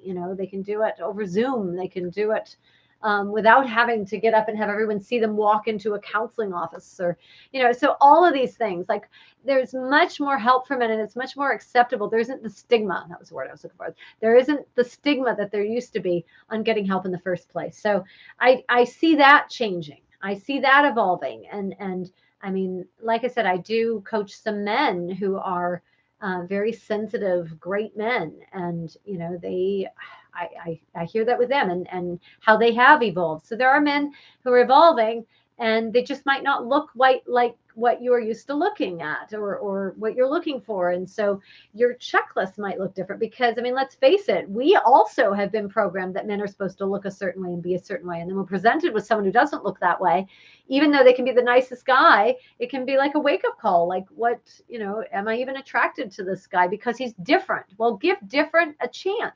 And that is what I recommend. I can't tell you how many women I have heard from telling me that if they hadn't, gone through what they've gone through, and if we hadn't talked in depth about, and gotten to the root of their issues, and what they were doing wrong, they would never have been open to meeting who they met and ended up in a relationship with, and engaged to, and married, and living happily, ever after with. So, I mean, there's a real piece of this where, when you can look at what has brought you here, and when you can look at those messages that have brought you here and have made you decide on who it is that's okay. I'm not talking, you do not have to go out with drunks, drug addicts, or narcissists, okay? We're not talking about those men at all. But there's a whole lot of other good men out there. You just might have to expand your pool that you're drawing, or that you're looking for. You might have to look at your beliefs. You might have to look at what you believe about love, and what you believe about men, and what you believe about what it means to be with a man. There's a woman who tells me that she just loves her guys. I mean, she just likes a guy, like the macho type guy, and she will just, that's her thing. And she's just, that's her thing.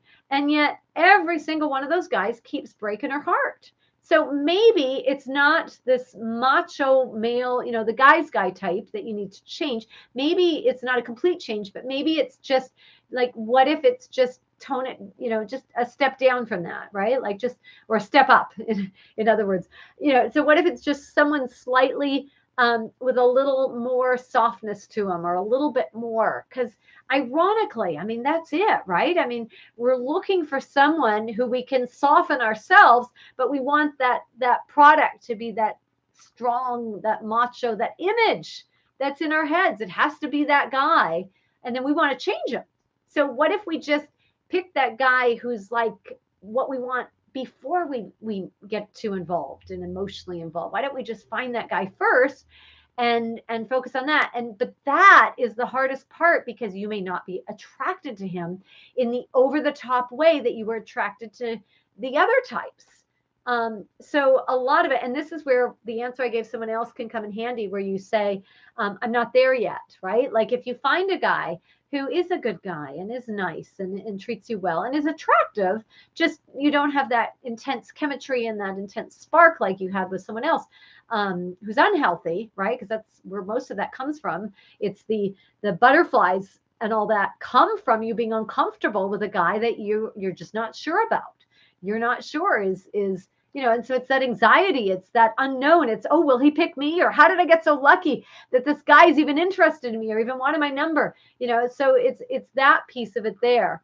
That makes all the difference. So, yeah, just so remember that. And you can always use, like I said, the line I said where I'm not there yet, or I'm just not there yet. He'll avoid that. He's not going to go deeper on that if he's respectful. He won't. I mean, if you get someone who's pushing back on that, I think that's not a good sign. That's probably a bit of a red flag too. But if you have someone who sees it as an opportunity to take responsibility for how much he is involved, it'll make it easier for you to decide what you think about him without the pressure, feeling like you have to decide right away. Okay, so no one is asking you. No one is asking you to date those types, okay? But what I would look at is your checklist, because the complaint I get from men, okay, because I work with I coach these men, some sensitive men who are just awesome, great men, okay?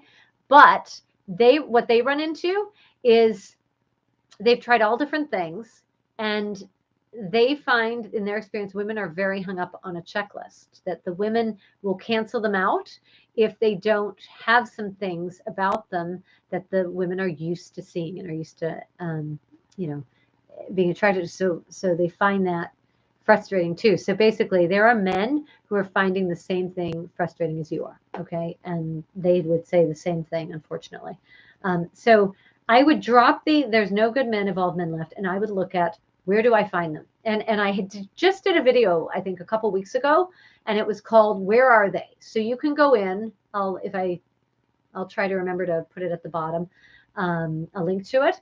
But where are they? And I talk about this. I talk about three ways that you can increase your chances of meeting who you're looking for, or where to find them. Because they're in there, and one of them is how I met my husband as well. So, yeah, there are ways to meet men, and that aren't like this. But the biggest thing is, take that out of this, that there's no good men, no evolved men left. They are getting better, and they are waking up. We're seeing more of that, and there is more of that happening. So, yeah, and then the other thing is, everything starts out great, but they end up the same. I mean, that could also be part of it, where you're picking one type. There may be one type that you're looking for without even realizing it, that you have a type. So make sure that you are, looking outside the box and not just focusing on your particular type. You got to mix it up. I talked about this in The Woman Who Asked How to Fix Her Life. You can figure out how to find men just by simply, changing things up, looking at different types. If you're stuck in a certain type, try a different type. Just do something to bring something different, something fresh, something new, so that you can find something other than what you've always been finding. If you're only doing the same thing you've only ever done, if you're only going to the same places you've only ever gone to, if you're bringing with you the same mindset that you've only ever had, you're going to meet with the same amount of success or the same amount of failure in trying to meet someone, and you're going to get frustrated. So anyway, that video has some really good stuff in there. You can go watch that. I think that'll answer more of it. But I see people getting together all the time, and it may mean you have to expand your pool. It may mean you have to be more open to seeing about different types. You don't have to marry anyone. You don't have to go out with anyone. You can just simply see what else is out there if you expand it a little bit in certain areas. Because the goal is not this over-the-top chemistry thing we've been sold. It is a stable, healthy, attractive, but yeah, connected and relationship where you're attracted to someone. But the over-the-top stuff is actually my surest sign that something is unhealthy. When you tell me that something started out and it was so incredible or amazing, and then it just ended up the way they all end up, I mean, before you even get to that part, just when you tell me that beginning part about how incredible and all of this, I always, always worry about that, because I just know how often that is simply because we're feeling that way, because it's this guy we don't think we can get. And if you don't think you can get this guy, why?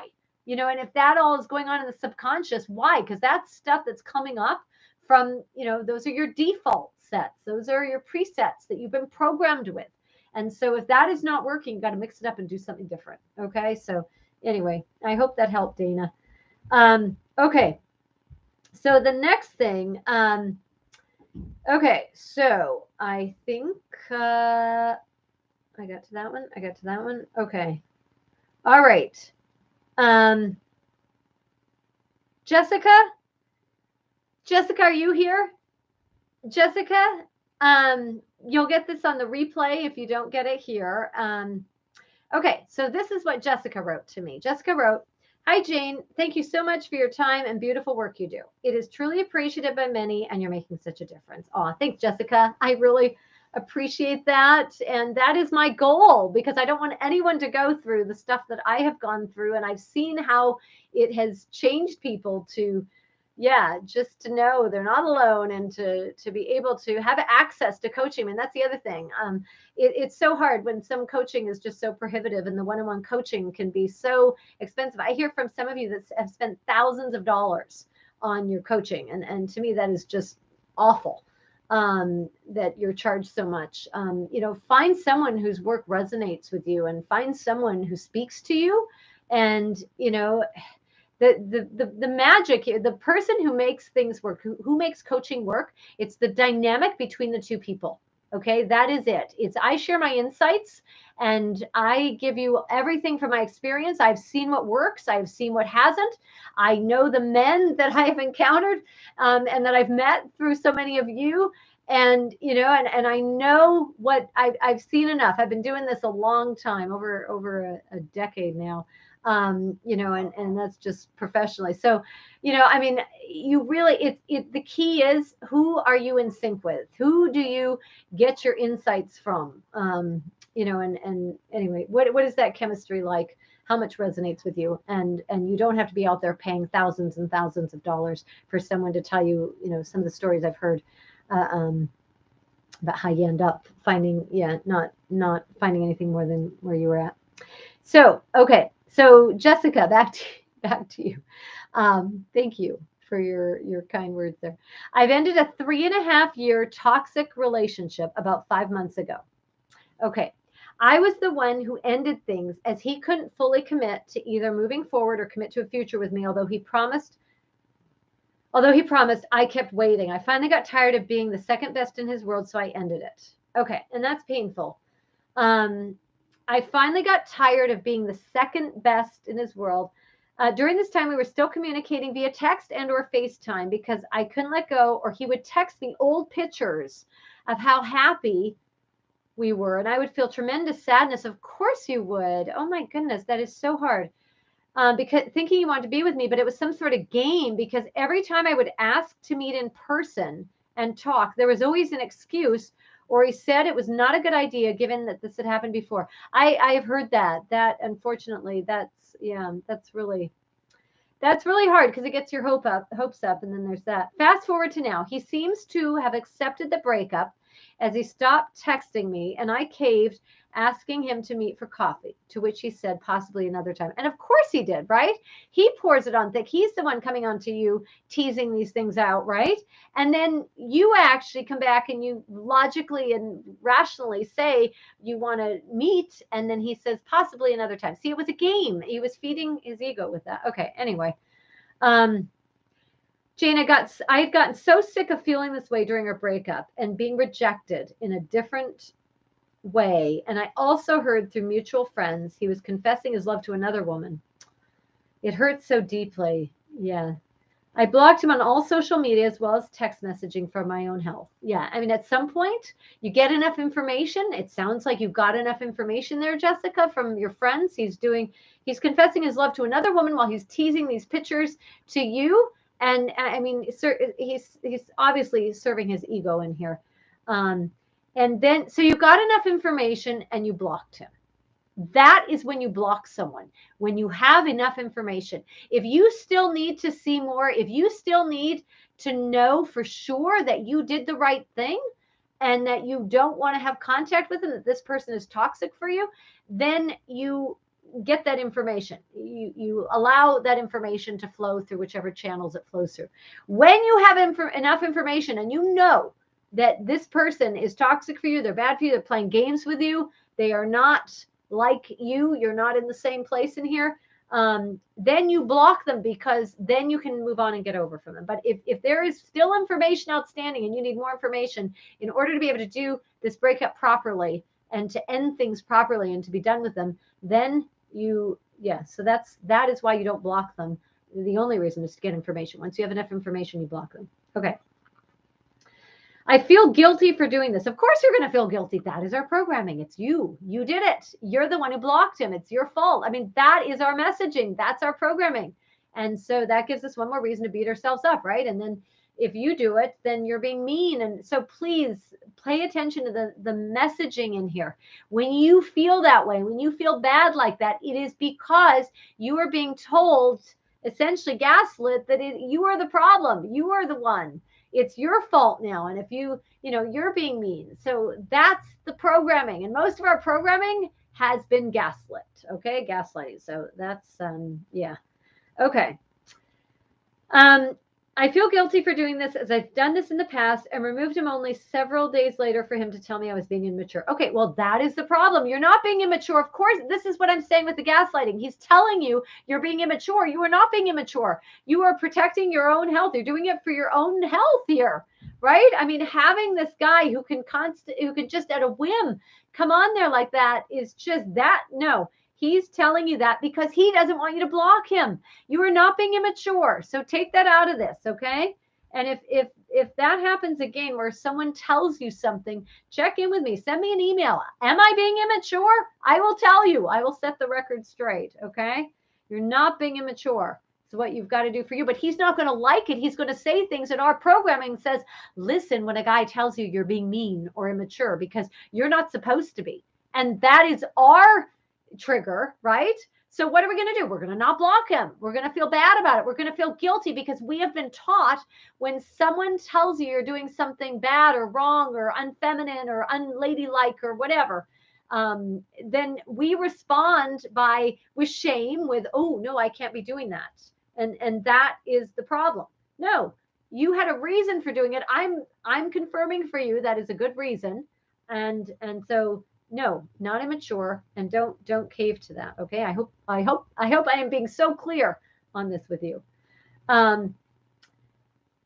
Jane, I can't bear to hear about him moving on. No, none of us can. I mean, you still obviously have feelings. You didn't want to end it. You were with him for 3.5 years and you did not want to end it. You ended it because you had to, because nothing was changing and you tried everything and nothing changed. So you ended it. And his behavior since you've ended it proves you ended it for good reason. So of course, hearing about him moving on, seeing pictures about him moving on is going to be torture. So don't subject yourself to it. There's nothing wrong with you. You're not being immature. I hope you didn't unblock him. If he tells you that, so the source, the person who's telling you you're immature is the person who essentially is telling you that something you're doing that he doesn't like, he's going to label and judge it, make you feel bad. It's playing into what you have a belief system I mean, you see that? How we're going around and around? He has no authority to do that. He does not have a say in this. And what he says doesn't matter because it serves him and not you. Okay? Make sure that's clear. I was finding myself looking at his profile several times a day. Of course you were. That's what we do. That is what we do. It's been so difficult for me, and I don't understand why. I'm finding it hard to believe I was nothing. And perhaps if I waited longer, not ended it again, we wouldn't be here. No, because of his behavior after that has shown you why you left him in the first place. Okay. I loved him with all my heart and gave him things I never did with anyone else. I know. And that's what's so hard, and it leaves you second guessing.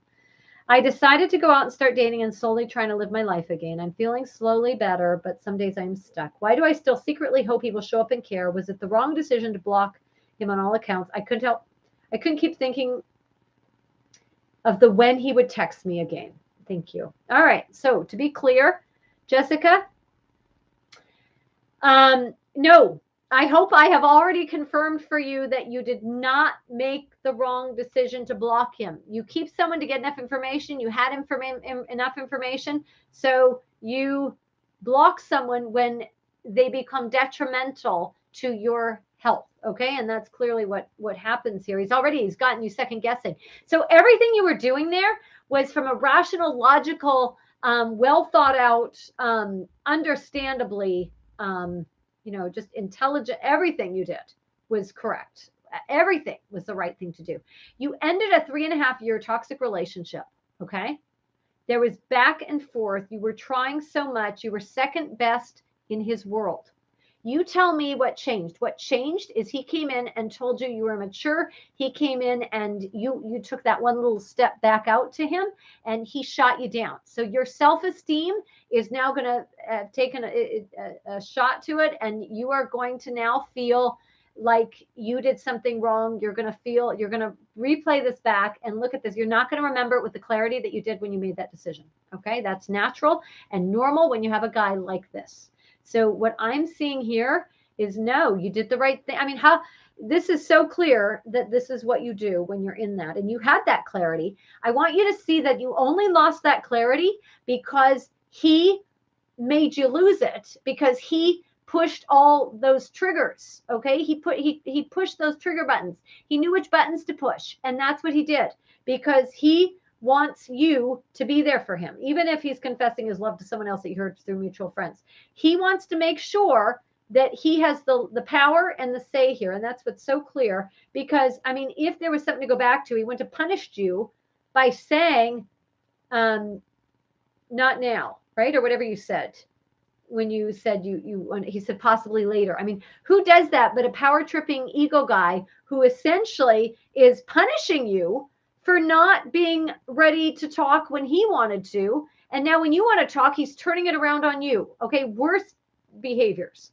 Because when you have someone like that who will resort to that, and that is what it is, then, I mean, that's just, it opens the door to all kinds of things that he can manipulate you with, all because of your programming, your messaging, and the fact that you care, right? If you didn't care, you wouldn't be asking that, and you wouldn't care about that. Okay, so no, absolutely. I hope that is so clear. You can let me know if I'm not, but I hope you're going to get this. If you need more, I have so much more that I can give you on that. But no, absolutely not absolutely the right decision to block him once you had enough information. And he gave you that information after. Okay. That would be what you would want to, and this is why you block someone, because your thoughts are with him. You're thinking, when is he going to text me? When is he going to be thinking of me and all that? Okay. All right. So next thing, I'm finding it hard to believe I was nothing. And perhaps if I would have waited longer and not ended it again, we wouldn't be here. Okay. No. If you waited 3.5 years, at what point would it ever have been long enough for you? Ask yourself that. 3.5 years is a really long time. Okay. And I can find you women who've been longer and had the same doubts. And where are they? I had a post about this. Actually, it might have even been the last one. There's actually a video I just did about 3 things. I say, 3 things. I try to make it simple for you. I could probably list like 50 things, but 3 things that you need to know about emotionally unavailable men. And one of those things is about I got those things from working with so many women and talking to women who have been through this over and over and over again. Okay. So I can find you women who've been in this longer, who did the same thing, and they decided they needed to stay longer than 3.5 years, and they're still waiting years, decades. And what has happened to them? Yeah. So don't do that. Why do I still secretly hope he will show up and care? Because you care. Okay. Because you have hope, because you have the love you do, because you are the person you are. That's why. And because ultimately, don't forget this, you ended it only because he couldn't fully commit to either moving forward or commit to a future with you. Okay. And even though he promised, you kept waiting. So you were waiting, and you were tired of just go back and read the first paragraph of your email, the first few sentences of your email to me. Okay. That is why you still secretly hope that he will show up and care, because you did not choose to end it this way. You did not want to end it. He did. And we will always have that hope. Even after you've moved on, you may still have that, and you would be normal to still care about whether or not, he still cares about you, or whether or not something was worth it, because you're going to take it personally and you're going to feel it has to do with you. So that all of that is why. It'll take longer. I mean, it's going to take a while to, and you weren't nothing. Okay.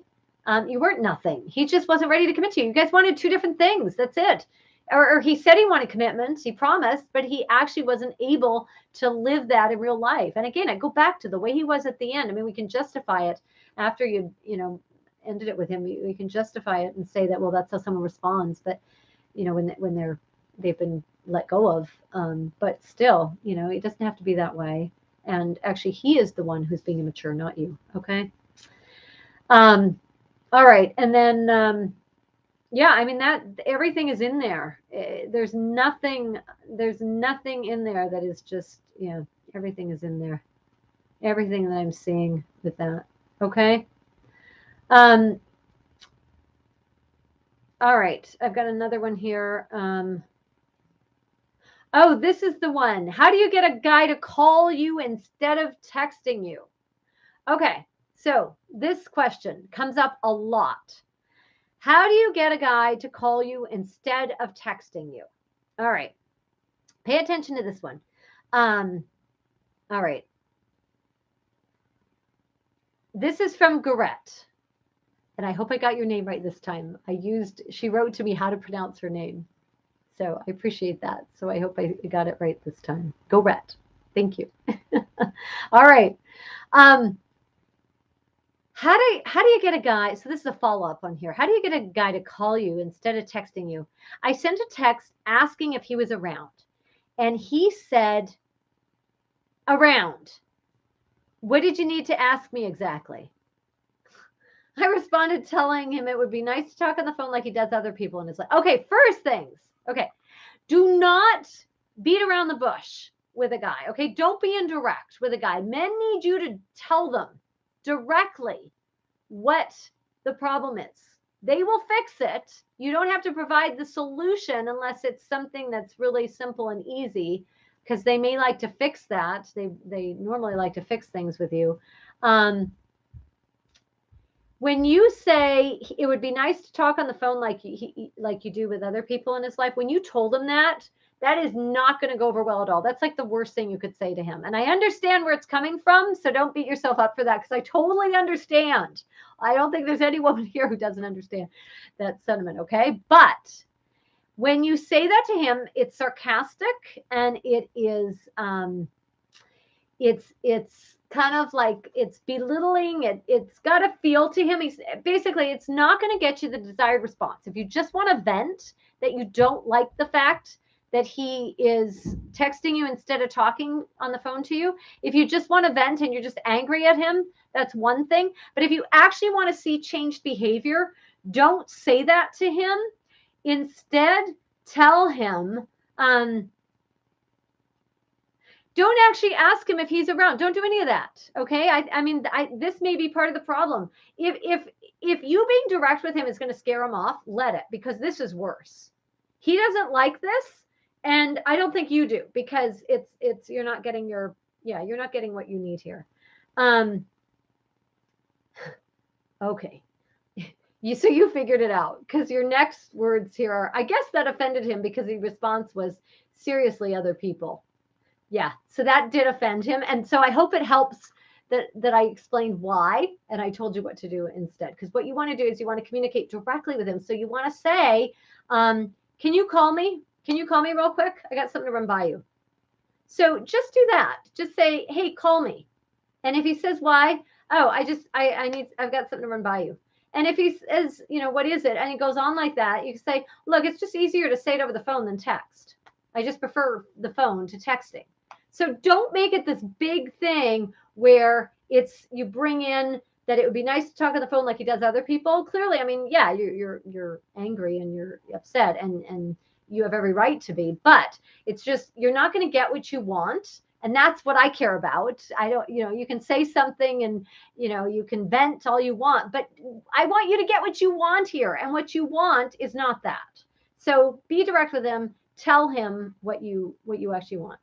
I then was upset and told him how texting gets us misunderstood. So the difference is, tell him texting gets misunderstood, because it does. my husband and I will text each other and we'll misunderstand each other.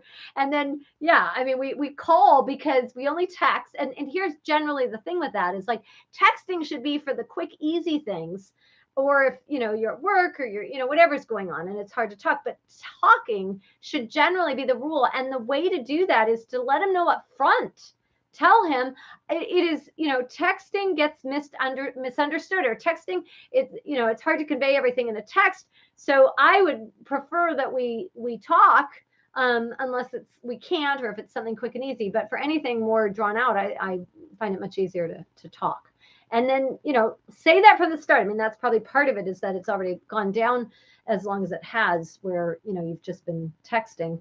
But you can bring that back by just saying, telling him texting gets misunderstood. It's easier to talk on the phone. And then call him.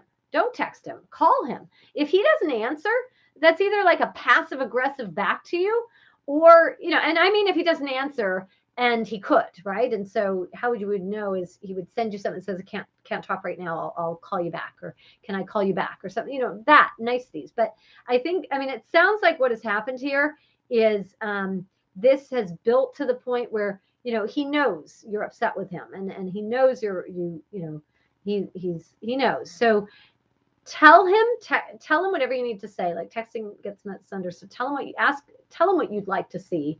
Tell him what the problem is before you get so upset.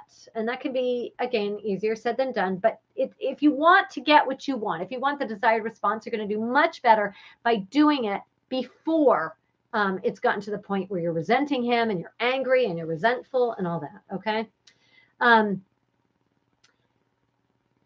And no worries, I would text him when I arrived in town next week. Okay. He didn't seem happy with that either, and said, so you weren't coming to town to see me, I guess. And okay, text me when you're in town then. So that's really, yeah. I mean, texting does get misunderstood. It is hard now because everything, like all of these feelings are coming out via text. And that makes this difficult. And I'm not saying this is your fault, because obviously there's a reason you guys are texting. But if you let him know early on, like let him say, I don't want a phone. Let him say, I don't want to talk on the phone. Let him say, I only want to text. Let him say these things to you. So at least it's out there, and it isn't this underlying resentment buildup, the jabs, everything that is just going on here that just is not going to get you what you want. That's the point. Okay. I texted him back saying the reason I wanted to talk to him on the phone was because my brother had invited me for Easter, and he was also invited for dinner. And of course, if I came into town, I wanted to see him and would want to stay with him. Okay. So what I would do differently next time is, if I would say, hey, I got to talk to you. I got to run something by you. Just start out with that. Hey, I got to run something by you. Call me. Okay. Hey, I got to run something by you. Call me. That's light. It's easy. Do that. Okay. That's what you do next time. If he doesn't call you, I'm hoping he's going to say a reason.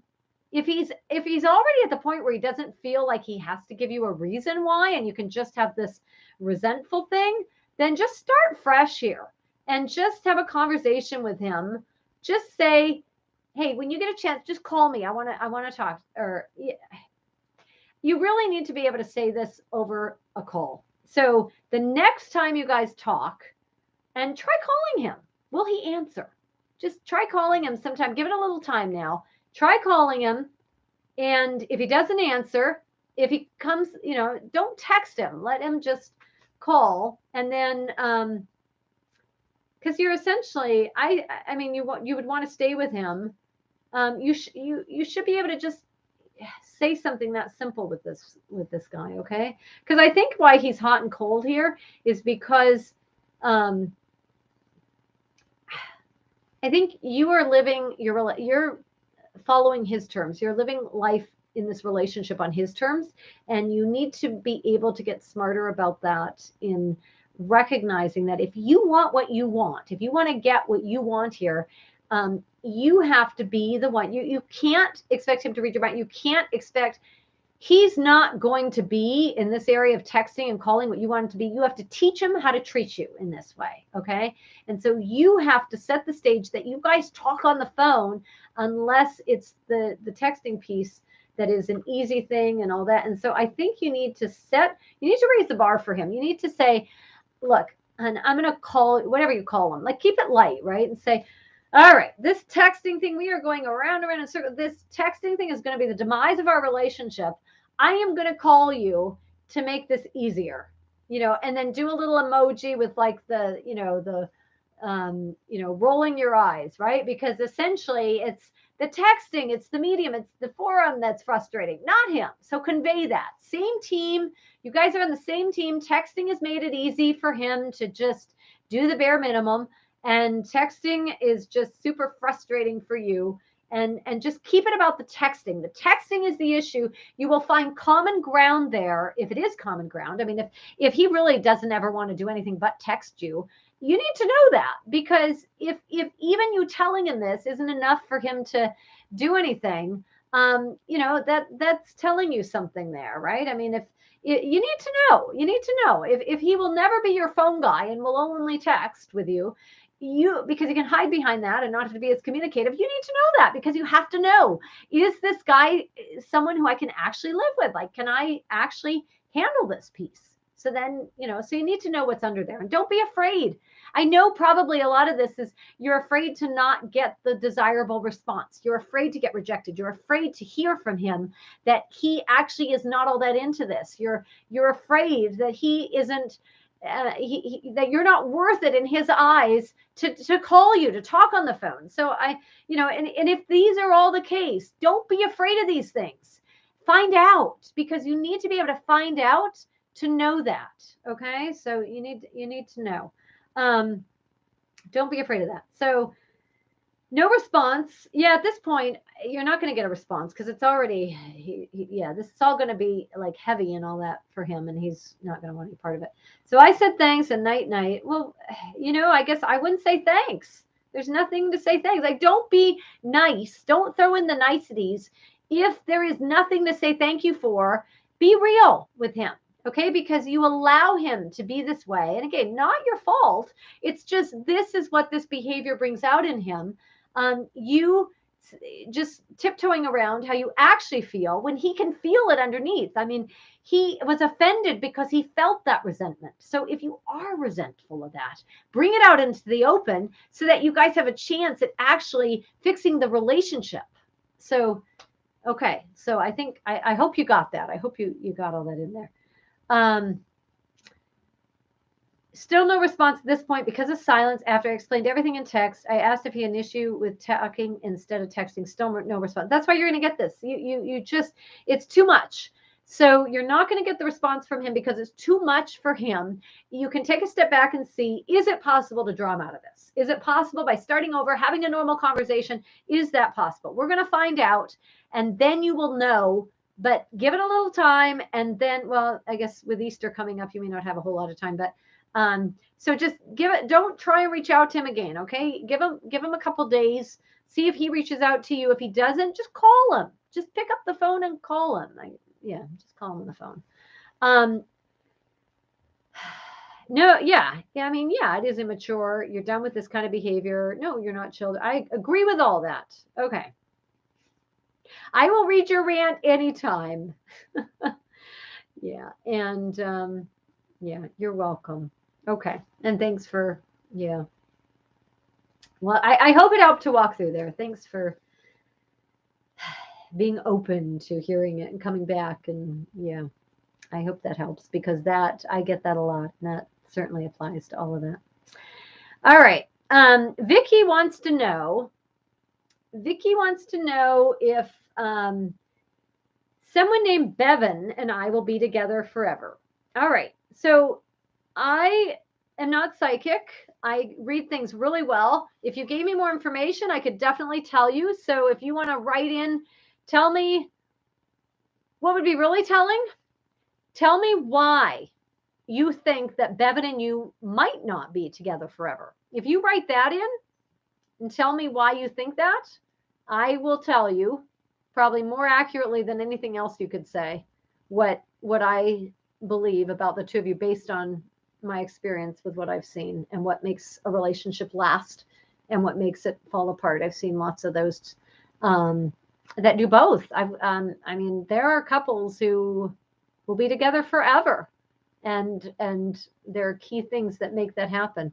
The biggest thing, can you talk to someone? The communication is everything. Like, honestly, communication is so important. Surprisingly, like, fighting is not necessarily the best indicator, because a lot of couples who don't fight just keep it all in and hold it all together. So definitely, what you think it might not be. But the biggest thing is to keep in mind, right? Like, no one has a crystal ball. We can get you close, but the closest thing to the crystal ball is how invested the two of you are and how much you're on the same page. And it is about the relationship, and you're committed to the relationship more than even each other, but to the relationship.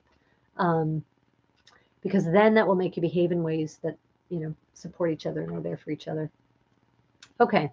But communication is absolutely, absolutely huge. Anne asked me a question. Anne asked me, okay, so Anne writes, "Hi, Jane, love your lives. Always listen to the replays later on. Having given up my career to support my now ex-husband's business and raise my 3 small children, and post-divorce, working 3 different jobs, I became a displaced homemaker. As you know, I'm starting my own business. I have all the basics and more, including products. What? And that's awesome. I mean, look at how you've done this. I just want to make that point for any of you feeling like you can't start over. It's too late to start over. Your circumstances have, happened to you and there's just no hope. Just try something. Just venture out with just as little investment as possible to just test the waters and just see if you have the appetite for it, if you're in the right space, if you're going in the right direction, and just try, just see what feeling it gives you, right? Find something that you're interested in, that you just try just a little bit without upsetting too much of your life, like without uprooting yourself from your security, your safe zone, where you've got, just to see what might be possible. You never know until you try. So yeah, and this is great. I'm really excited for you that yeah. Okay. What are the top 3 business steps or resources you would recommend when it comes to marketing, either practical or mindset? Any tips appreciated? And she adds, onward and upward, sisters. I love that. All right. So the biggest thing is going to be the mindset. Okay. Because when you go out on your own and when you're doing something different, you're starting your own business. The first thing, well, actually, so there's 2 things. So the thing is the mindset. You have to know that you have to be realistic and have realistic expectations, because a lot of us transfer the perfectionism that we have in our relationships. We transfer that onto anything that we do or anything that we start or any new endeavor. So I think the biggest thing is just the mindset to be realistic, have realistic expectations. And if you aren't sure what realistic expectations are, there's great resources online. You can get a lot of them for free. And so find out what you need to do in order to set some what are realistic expectations, right? So and the best way to look at that is find someone who's doing what you're doing.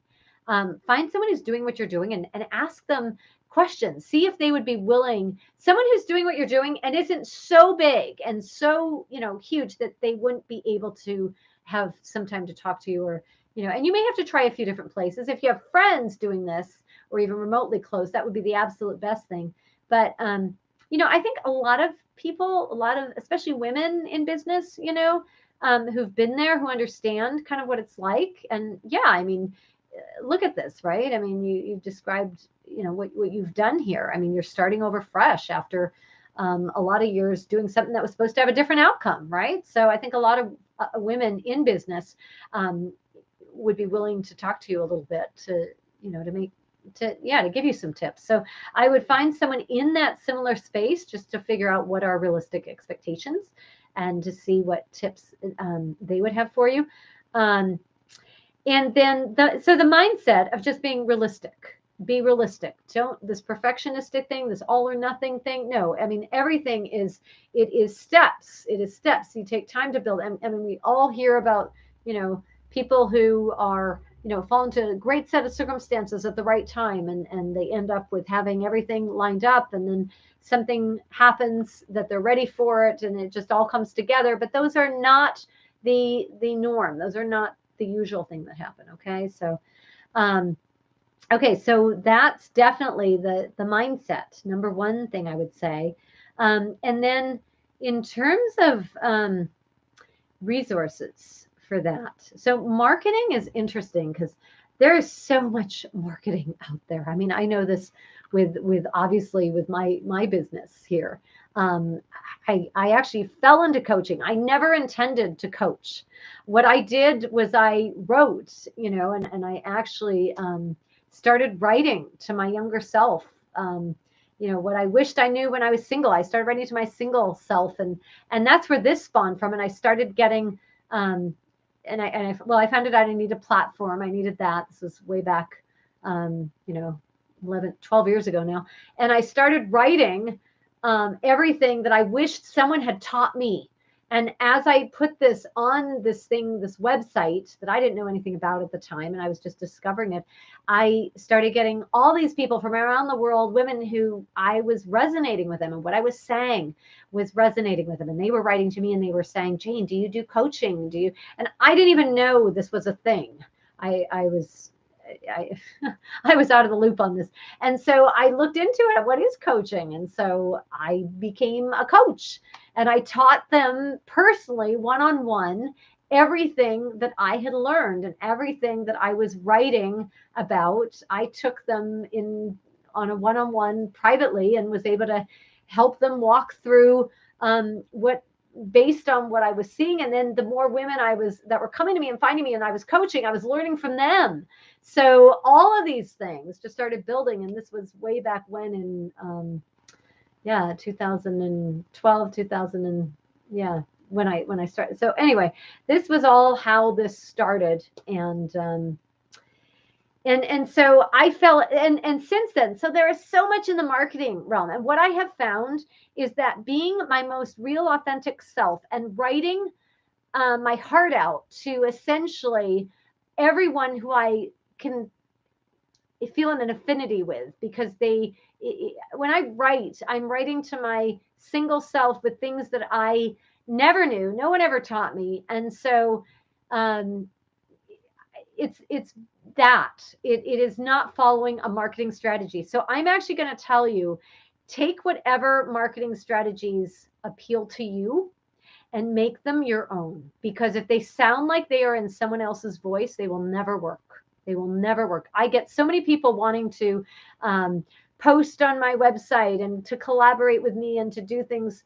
And I do very little of that, because if their message is not as real and genuine, if they are just in this for the money and they are just trying to capitalize on my email list or my social media followings, if they just want that, I am not about that at all, because I never ever want you to be in a position where you are going to be taken in by someone who just wants to make a buck off of you, because that is just I can't stand that for anyone. So take what marketing advice you hear. There's a lot of marketing advice that is the same. Take it with a grain of salt, because it has to be from your own heart. It has to be real and it has to be authentic. Okay. And if it just feels like you're marketing to people, it won't work. I actually, I don't like marketing, and I don't like the whole idea of selling and all that, because I believe you attract people who are meant to be there for you. And those that will be whoever are going to be your customers, whoever are going to be your clients. The more clear you can be about your mission, about your goal, about what you're selling and why you're selling it, your why, the more clear you are about that, the better you are going to attract, the more you're going to attract your people. Okay. And again, this is true with everything. That's why a lot of these things we talk about are applicable to business as well as to everything about relationships. And romantic relationships and friendships and family relationships and all of this. They're all interrelated. The more you can be yourself, the more you are going, and the more authentic and more real you are, the more you are going to attract people in your life, whether those people be relationally in your personal life or whether these be in your business life. Okay. So that would be, yeah, so that would be the second thing. And then just the third thing on this is, really go into marketing. There's so many people would say, just do it all or nothing, all or nothing. And we can have I can have a tendency to have that black or white, all or nothing thinking, but you have to gauge that with your appetite for disappointing results when you don't get the results that you're supposed to get. Okay. So it really, because you got to get to know your customers, you got to get to know your clients, you got to get to know, like, what do people want from you? You know how long it took me to do this live thing, which I absolutely love. I love these because it allows me to connect with more people. I mean, when the replay goes up, I get tons of people who all come on who couldn't make it for this. And it is just incredible how many people love these lives that are unscripted. I don't even read, I just skim the emails because I want it to be fresh. Like, I want to have what I feel when I read your emails, because that is the most authentic, real answer I can get you. When I feel that energy and a lot of knowing that you're watching, knowing that you're listening for this, I get a much clearer picture that allows me to give you better advice and read your situation much more clearly. So it took me like years to get to this point. Because why? Well, because it was, just all kinds of different, my own reasons. So basically, you have to come to what you come to at your own pace. And if someone pushes you ahead, it can be fine. You can end up fine, but you have to be comfortable with what you're doing. And this, again, applies to everything, which is why, I love any of these questions, because they all relate, whether we're talking about your career, whether we're talking about starting your own business, whether we're talking about relationships, dealing with family, dealing with friends, dealing with all kinds of things. Okay. It's the same thing here. So go at your own pace, do what you're comfortable with. If you are comfortable with jumping all in, just know your appetite for that risk and know your appetite for that, and then just everything, finally, like, everything is a process. You will learn things. There are things that you will learn things that you will discover. In the very beginning, when I started my website, Google was like my number one way of women finding me, and Google was amazing. And so, I didn't do as much with social media, which is probably why I didn't do as much with YouTube and everything else, because I loved the fact that these women were Googling the things they were struggling with at all hours of the day or night, depending on where in the world they were. And they would find me. And I loved how these women just found me like that, because that was how Google operated. Well, all of a sudden, Google totally changed. And all of a sudden, I did not have the traffic that I was getting from Google, and I wasn't able to reach as many people. And I felt just devastated, because so many people now were not getting these heartfelt messages that I was sending out. And so I had to be creative and figure out other ways. And that's what pushed me to, Facebook, and do more on Facebook or Twitter, and Instagram. I got to do more with. If anyone is a great Instagram person, whew,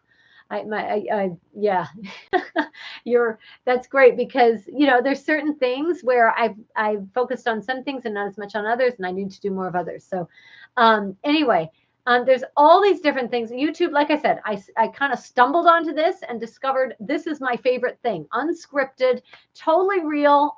It's the closest I can get to meeting you in person, because honestly, my ideal thing would honestly be like a big sleepover party where we could all, you could all fly in here. We could get together. We could just have like a big sleepover and just talk and just laugh and just talk about our funniest stories.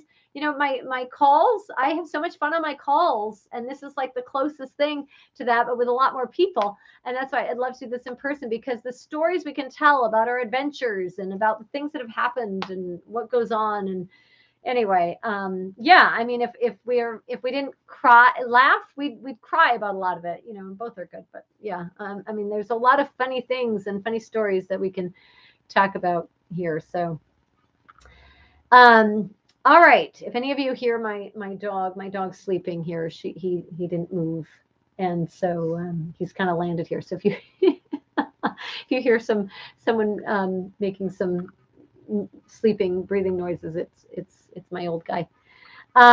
All right, and then yeah, so Anne, I hope that helps answer your questions, and yeah, good luck to you. I know you're going to do well, and you know what, you're going to find things that work and some things that don't, and you're going to. I mean, that is learning. That is learning. You can't expect everything to just be, you know, just keep going in like an even, predictable stride. It takes a while sometimes to hit your stride. It takes a while to figure out exactly what you're doing, and it takes a while to know for sure that.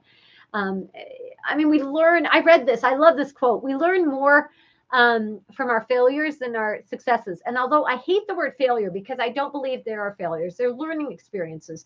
But this quote essentially was saying that you will learn far more from experiences that don't go as planned. I like that way better than from things where everything goes perfectly. You will learn from that.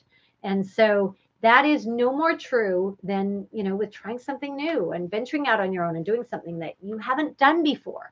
And so there's something really exciting about doing something that you have not done before, because you're pushing yourself and you're trying something new. So don't be afraid to try something new, but also know that if it doesn't work, if something doesn't always work as planned, as perfectly as planned, you'll try something else. And it's the ones who keep trying and who adapt to new things. It's people who adapt. And again, it goes for dating and everything, right? You adapt and you discover, okay, this doesn't work, so let's try something that does. And nowhere is that more clear, like in terms of directness, right? Like I thought I spent all my single life being indirect and expecting someone to read my mind, because I was that was how things were supposed to work. And being direct was seen as, oh, you can't be direct. Like direct was seen as being such a negative, um, unfeminine thing to be direct. And what I have learned is just like, wow. I mean, one of the best pieces of advice I have now is be direct, be real, be authentic, be yourself. But that includes being direct, uncomfortable, direct, in a light way, in an easy way, in a freeing way. And there's a difference, and that takes a little bit to master the art of tweaking that, so you've got that in there. But there is something so to be said for just, cutting through all of the trying to figure things out and trying to make sure that, you're conveying things and getting the right response back. I mean, it's draining. It's much better to just, in a light-hearted way, you communicate directly. And I've had so much more success with and even in my marriage. I mean, I brought a lot of this stuff to my marriage where I had to learn, especially living with a guy who's really direct, and I would not trade that. I love his directness, but boy, I mean, a lot of times I'm like, whoa, because in my family, we were the opposite of direct. So, it's refreshing, but I've gotten to learn to be more direct, and it has been much healthier. I much prefer knowing where I stand with someone and being able to communicate where someone stands with me and being able to talk directly with real direct communication. It is so much easier than having to kind of walk on eggshells trying to figure out where I stand. That was so much worse. So being direct and being clear and being, bringing in, you can bring feminine qualities of lightness and humor, light humor, and you can bring those qualities to your directness. It doesn't have to have such negative connotations. So, yeah, and if you would benefit from learning how to be more direct and having conversations about that, write to me. Tell me what intimidates you about being direct, or tell me what you struggle with in being direct. Because all of that is helpful. I think I jumped there with my dog barking. I have 3 dogs. Okay. All right. So I think, let me just check here, because I had thought that I had answered. Okay. I think I answered all these. I'm going to go to the chat. So if any of you here have something for me in the chat, I'm ready to do the chat here. Just going to make sure that I got the ones here, and then I'm going to go to the chat. Okay. If I for some reason missed you, let me know, but I think I answered the ones that I had gotten, unless there was something that came in Okay. Oh, okay. So let me answer. I'll come back to you. Paula, I got yours. Okay. I'll come back to you here in one sec. Let me, okay. Paula, are you still here? Okay. Let me know if you are. Um, all right. So Sunshine is here, and Sunshine wants to know, how do I heal attachments issues? I have abandonment trauma from childhood, and I know that I fall for men who don't want a relationship with me, just back and forth with me. I see that clearly, and I wait for these men just like I waited for my father when I was a child. So you're seeing that connection.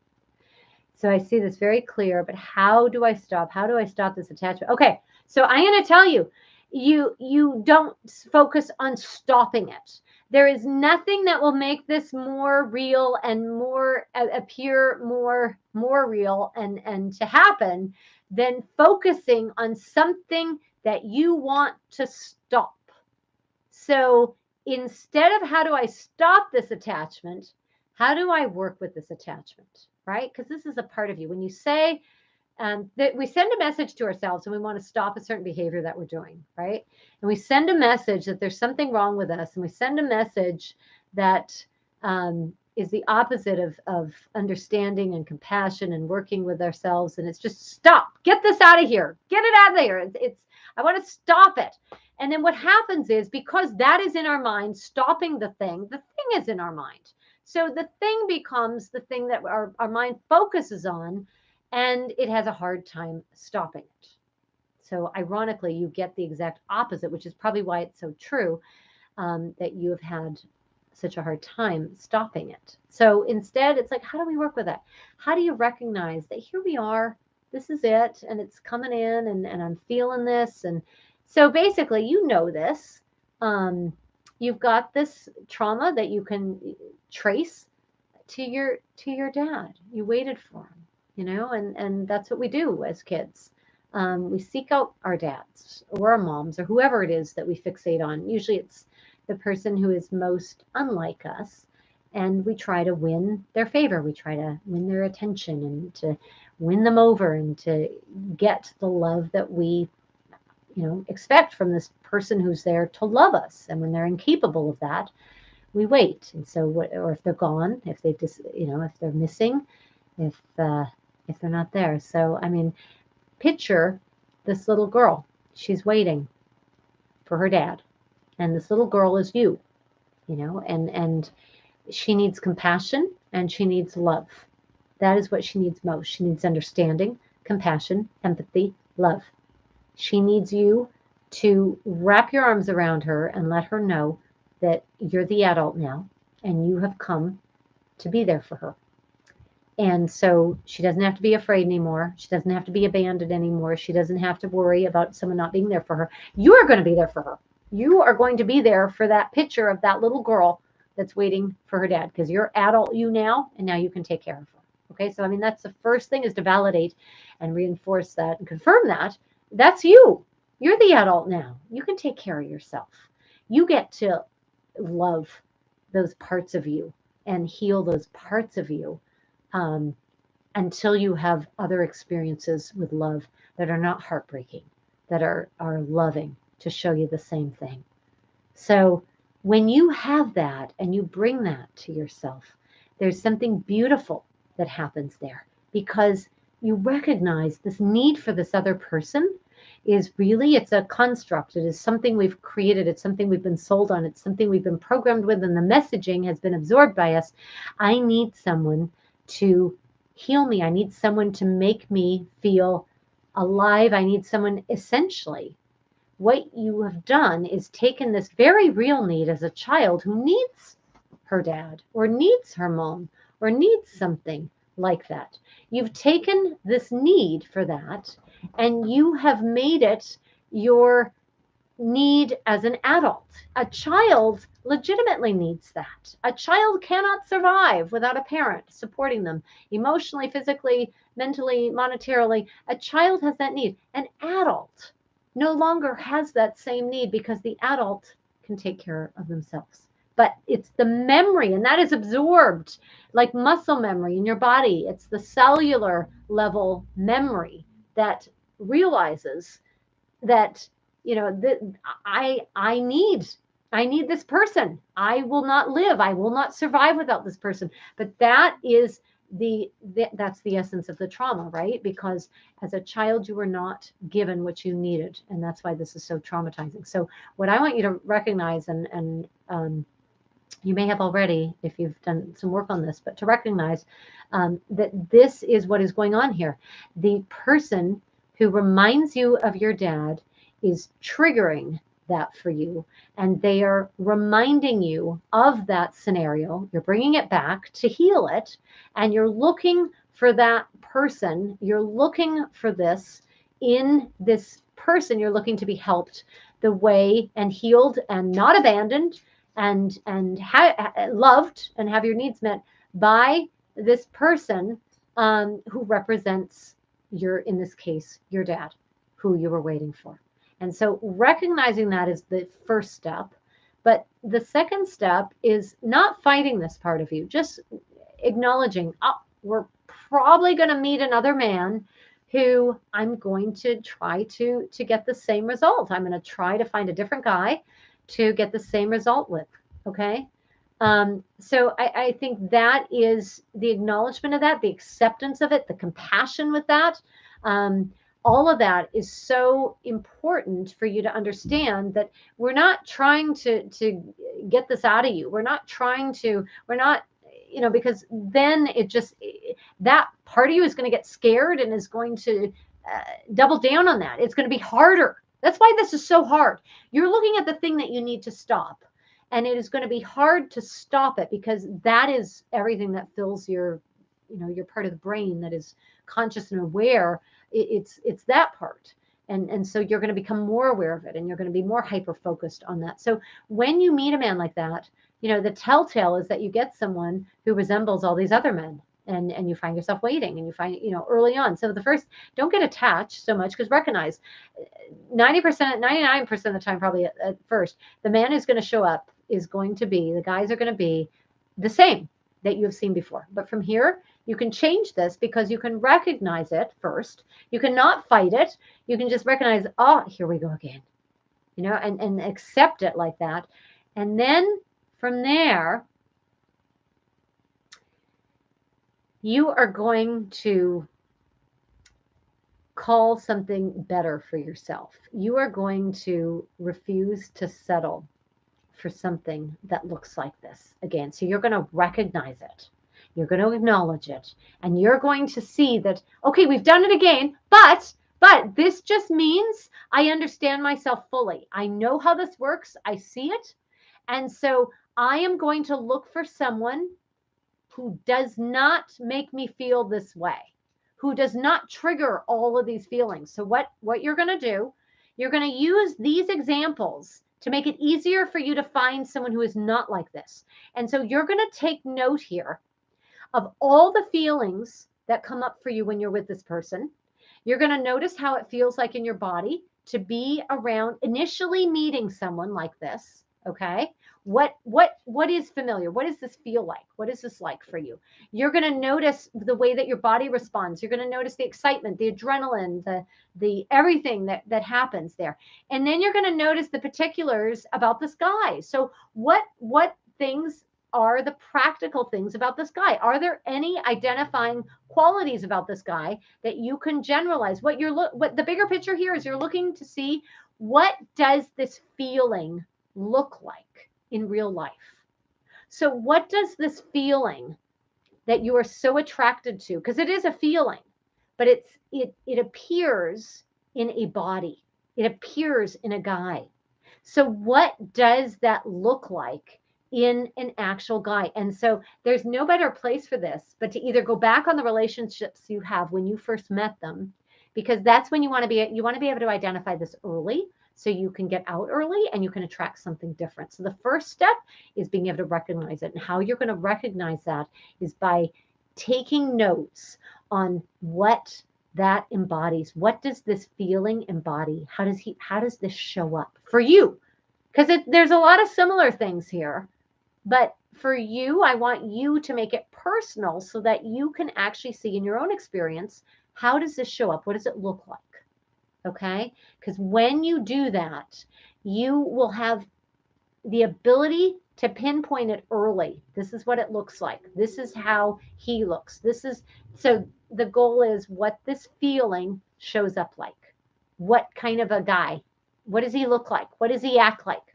What is the thing for you? Because it can be slightly different for everyone. I mean, he's similar, this guy that we would describe in terms of how he makes us feel. But for you, what does he present like? Okay, so that's the first thing, because then you're going to try to tweak this and try the exact opposites or something in between that you can handle, that you can stomach. Okay. Because, the goal is not to find you a guy who's so opposite that he's completely unattractive to you.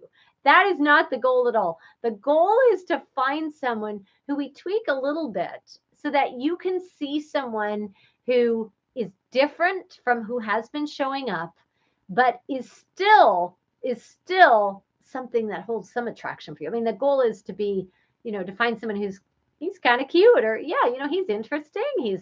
There's something intriguing about him. We're not looking for the over the top stuff. So that is the goal, to become clear on that so that you can tweak that and have it translate into what it is like in real life. How does this guy show up in real life? Okay.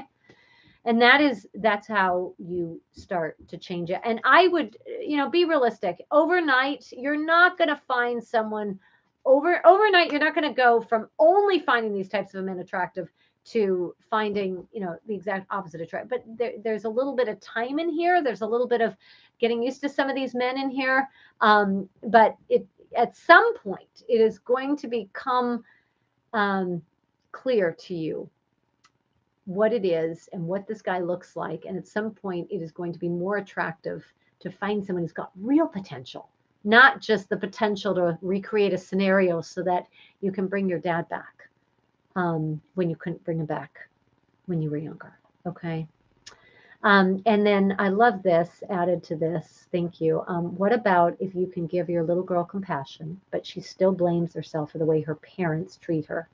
You can feel that, and nothing you say to her changes it. Yeah, and that's a very real thing, because we're not going to change this overnight. This is a process of loving yourself, of stopping blaming yourself. So if you can understand that this operates really from that mammalian brain that is not functioning in the way, like we're talking about the childlike part here, right? I mean, this is the part where, and this is the thing with trauma, like where you experience the trauma is where you're going to be stuck at subconsciously, and you can move on in so many ways and you can cope with it and handle it in different ways. But where you get stuck with that, is when you have had that place, that's the place where the trauma happens. So it is going to be the subconscious thing where you don't see these situations as an adult. You see them as that child. You see them as the child who went through that. So what if you can do that? Yeah. And so as the adult, you're reminding her, I got this. I'm taking care of you. I've got this. I'm going to be the one. You don't have to worry. I've got you and all that. But she still blames herself for the way her parents treat her. So this is where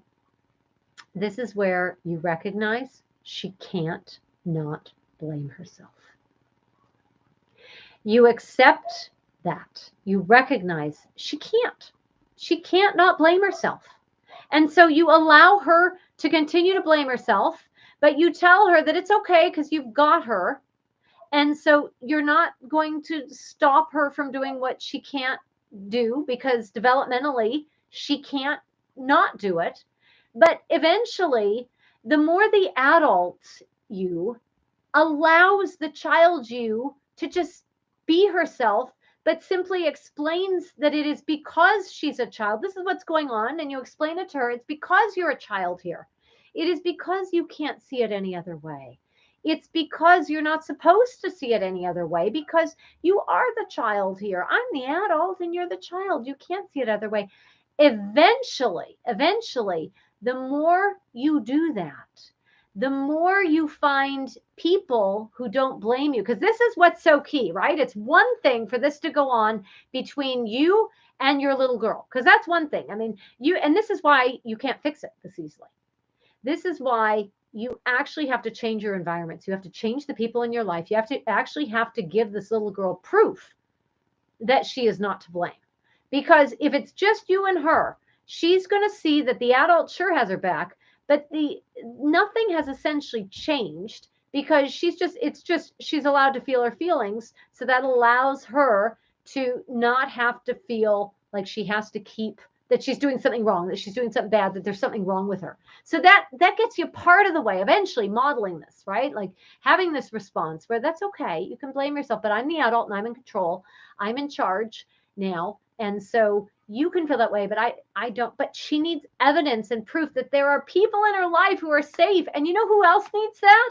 Adult you. And so you are going to teach that to her by finding you people and adults in your life and environments and workplaces and romantic relationships and friendships and safe people. Okay? That is what is going to make the biggest difference, is being in different environments. And honestly, okay, I will tell you this. This is something that you will probably need to look at a little bit deeper, because this is harder to do. But when you say that she still blames herself for the way her parents treat her, that means her parents are still allowed to treat her that way. That means there is an ongoing relationship with the people who are hurting her, and treating her this way, which is going to be really, really, really difficult, if not impossible to change, because these people are still there in her life. She isn't safe. So honestly, she is proving the point that there is still a threat, that there is still something wrong, because these people are still allowed to treat her like this. There is still no one protecting her. There is no one there to protect her.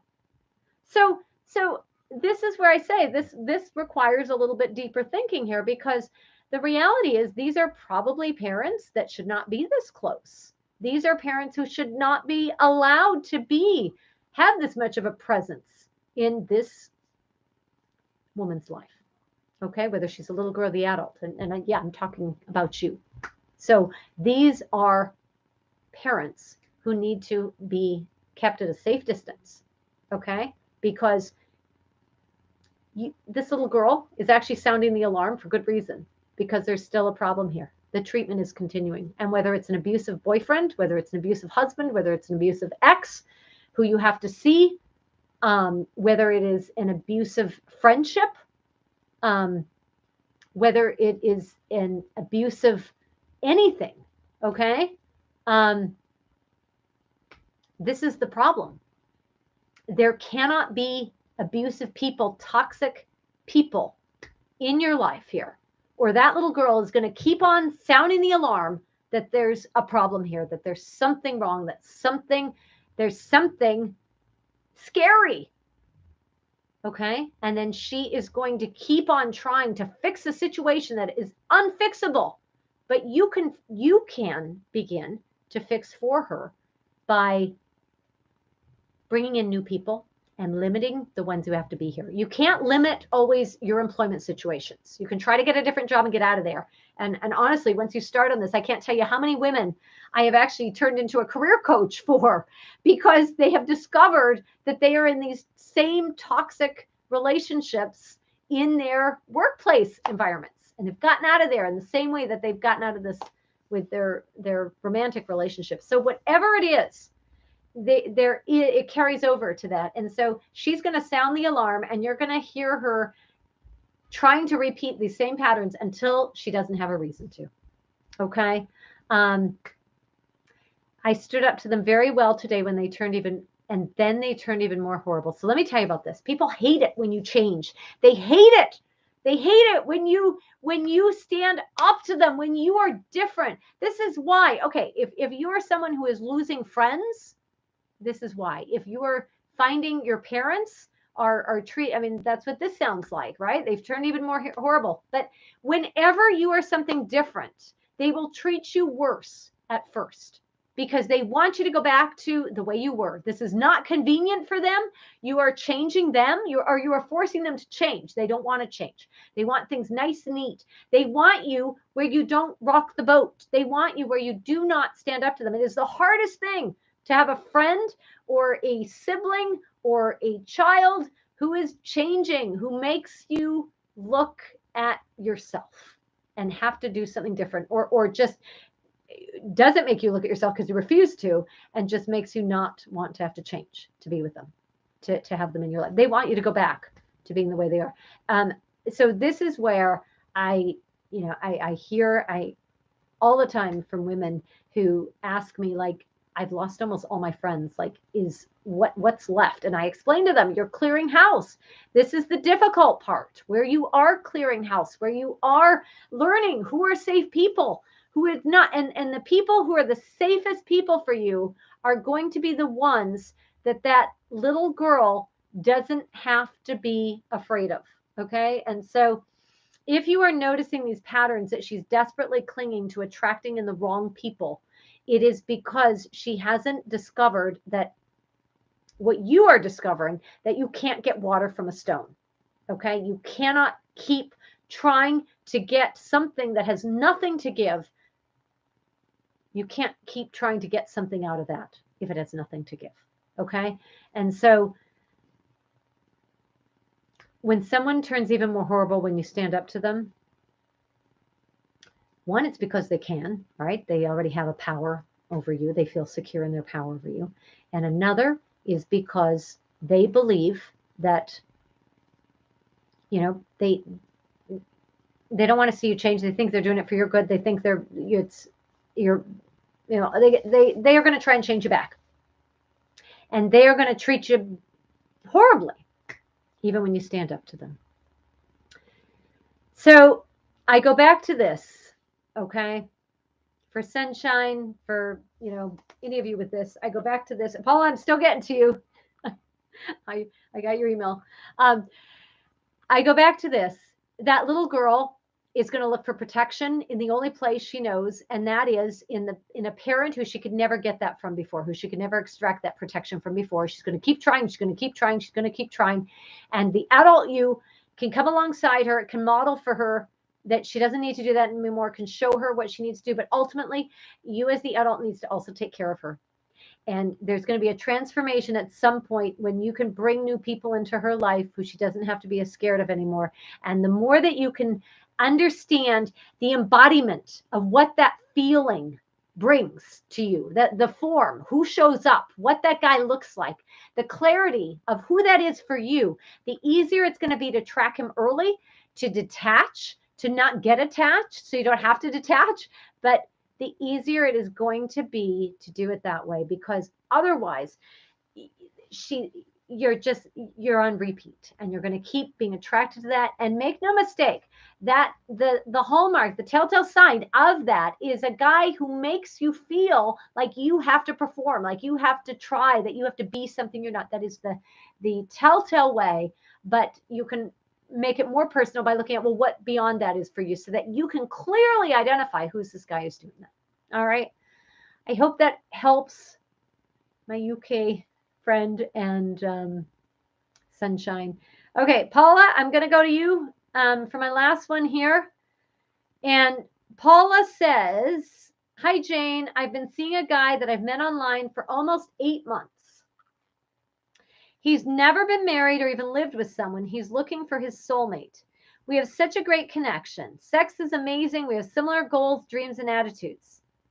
Okay, so it's been 8 months. You met him online. Okay, I want to make sure I had that part. We have similar goals, dreams, and attitudes. He's done most of the pursuing. We see each other 1 to 2 times a week, but he's still online. He's still online on the dating site. I've asked him about it, and he says he's not meeting anyone else, but he doesn't know if he is falling in love with me. He suggested that we become friends. I told him I couldn't just be friends. I have too many feelings for him, and said goodbye. Okay, so he suggests, right,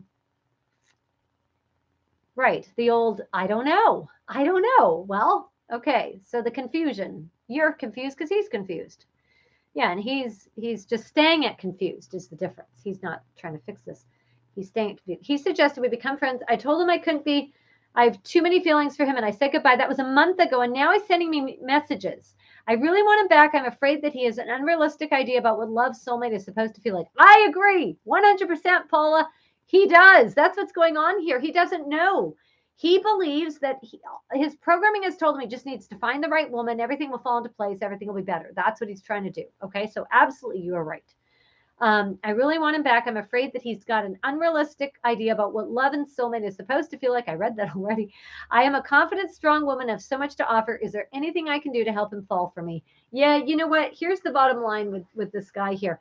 He has an unrealistic expectation about what love is going to be. Okay. If you do not ask for anything more, if you keep your distance, keep living your life, you be on the dating site still. I want him to come to you and say, why are you still? I want him to ask you why you're still online. Because, see, this is the thing. You have to match this guy. You have to mimic the level of commitment that you're getting from him. Okay. This is why you do not have sex with someone until you have got the same emotional commitment from him as what you have, the commitment you have made to him. So as emotionally committed as he is to you is what you want to be to him, because this is the problem, right? Like everything is amazing. So the only option for here is for him to give more or for you to give less to balance this out, because you're in it way too deep. Because, I mean, and yeah, you're a strong, confident woman, except when you're in a relationship with him, right? Because this is always the thing. The relationships are where we take our show on the road. This is where we put into practice what we've actually got with our progress. So, yeah, so basically, you did really good with telling him you couldn't just be friends because you recognized you can't just be friends. You did really, really good with that, okay? You recognized where you were. I want to, just confirm all this and validate all this for you. You have too many feelings for me. You said goodbye. That was the best thing you could have done. But you risked losing him. But he came back a month later and he's sending you messages. But I don't want you to read any more into that, okay? I don't want you to read more into this messaging. All it means is he misses you, but it's still for him. It's not for you. It's for him, okay? He does have an unrealistic idea about what love and soulmate love is supposed to be like. So what you need to do is to back up, detach yourself. If you're going to have sex with him at some point still, if you are still going to be having this relationship. So basically, if you're going to go back to the relationship you had with him, you can only do that if you're only contributing emotionally and if you're only attached as much as he is. If you do more than that, you're going to be right back here where you were before, right? This whole scenario is going to repeat itself. Okay. So you cannot do that. You literally, the soulmate piece, honestly, when a guy tells you he's looking for a soulmate, he's looking for the fantasy that he's been told is the soulmate thing. So, that's your first clue. And, I talked about soulmates. I talked a whole lot at length about soulmates back there. So if you're getting to this point, you missed that, go back and replay that conversation. I think it's in the first, while we get on here and I get bleary eyed to how long we've been on here before. So go back and it's somewhere back in there and you'll hear that. But, the only way, so what you can do, and it will work, you will back up. It'll work. It's just, will it get you to the point that you eventually want to get to? It'll work in that he's going to fall for you more. That will work. But at some point, do you still have the same needs?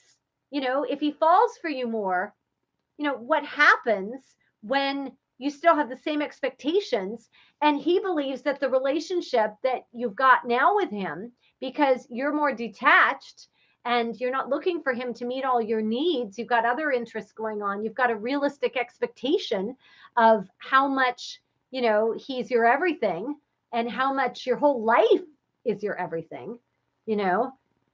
How much is that going to affect what you've got there, right? So how much is that going to be, when you decide now you want your fantasy, what you have imagined it was going to be, and you have just been keeping that distance and giving him that much, what happens? Have you learned this new role? Like, have you learned that you can do this and it's enough, or it's good enough to have him like this in your life? Or has it left you only waiting for the next part when things are going to kick in and everything's going to get better? So that's what you need to look at. Have you gotten to that point where you are, you're content now that this is good because you got a guy who really likes you. You're keeping your options still open. He's fallen more for you, but so it's, I honestly would not attach more. I would never attach more until he is showing you clearly that he is attaching more. And I would not get off the online dating sites. I would not get off there until he's off. But I would let him, so that conversation you had with him, let him ask you, why are you still on there? Let him be uncomfortable with you being online so that he asks that, so that you can see there's some investment there that he wants actually more than what you're doing here with him. Okay. Are you still here, Paula? I think that was a while back. So anyway, if that, and if that goes for anyone who's who's asking, is there anything I can do to help him fall for you? Well, don't commit more in the beginning until he's committing than what he's committing to you. Don't commit more than that. Okay. Because that is how, and it's not playing games. It's not. It's keeping your options open because you have not seen. Look at this, right? I mean, you don't know. You do not know how long it's going to be before he changes, before you get a different response, before he's ready for more. This guy was still online. You want him to ask you to go offline first. You want him to recognize that he wants you first. And how you do that is by, just matching him on his level of commitment. And if you're one of the beautiful women I talk to all the time who says, I can't do that. I love so much. I give so much with my heart. Well, you're speaking to one of them, I mean, I get it. I had to learn that. I had to pull back, and the first while it was tough, when I met the guy who became my husband, I was doing things differently. But before that, I had gotten so clear that I have a life in the first place, that I have interests outside of a guy. I mean, and this is from someone, like me, who wanted to be married since the time I was 18, wanted to belong, wanted to fit in, wanted to have a guy to give me membership into this elusive club that I never felt like I could ever get into. And all my friends, had broken into that club and were all part of it. And it was excruciatingly painful and felt so hopeless that anything was ever going to change. So I had to learn these things, and yeah, it's made me happier than I could ever have been with someone who, I didn't know these things. I wish I'd learned these things earlier, but that's why I'm here. I'm trying to teach you all these things as early as I possibly can, so that you don't have to go through, any more pain. So anyway. All right, everyone. Thanks for being with me today. I'll get to, if you send me emails after, I'll get to them on the next one. Okay. But thanks for being here. Thanks for being a part of this. Thanks for, you're making my day. I'm glad for those of you joining from Europe, UK, and everything else. I'm so glad that you ended up being here. You're so welcome. And yeah. So email me. You can go to my website, gettingtotruelove.com, and you can go to the contact me page for those of you who have a hard time reaching me, and you can send me an email. You can go to my Facebook page or Twitter or Instagram, and you can send me a message, or you can post a comment. You can post comments. I do still respond to comments. And if there's a post, I try still to get to all my comments on my blog, even the old ones. I try to get to all of those. And then here on YouTube, comment under the video. I love this. So I would be happy to answer your questions. So all of those things. I offer private coaching, and I do that through either email or I can Zoom with you. I can call anywhere in the world, whatever you prefer. I can talk to you. And if you email me, if you got all the way to the end here and you're looking for some coaching, I can offer you something special if you heard this part. So email me, let me know, and I'll set something up special for you for being here and for hanging on here and being a part of this. Yeah, and then just look for more videos. There's a few videos I referenced in here. I'll try to remember to link them in here. Otherwise, I think the ones I mentioned were the more recent videos about where are they, how to find men in the first place. And it's one of the places where I met my man.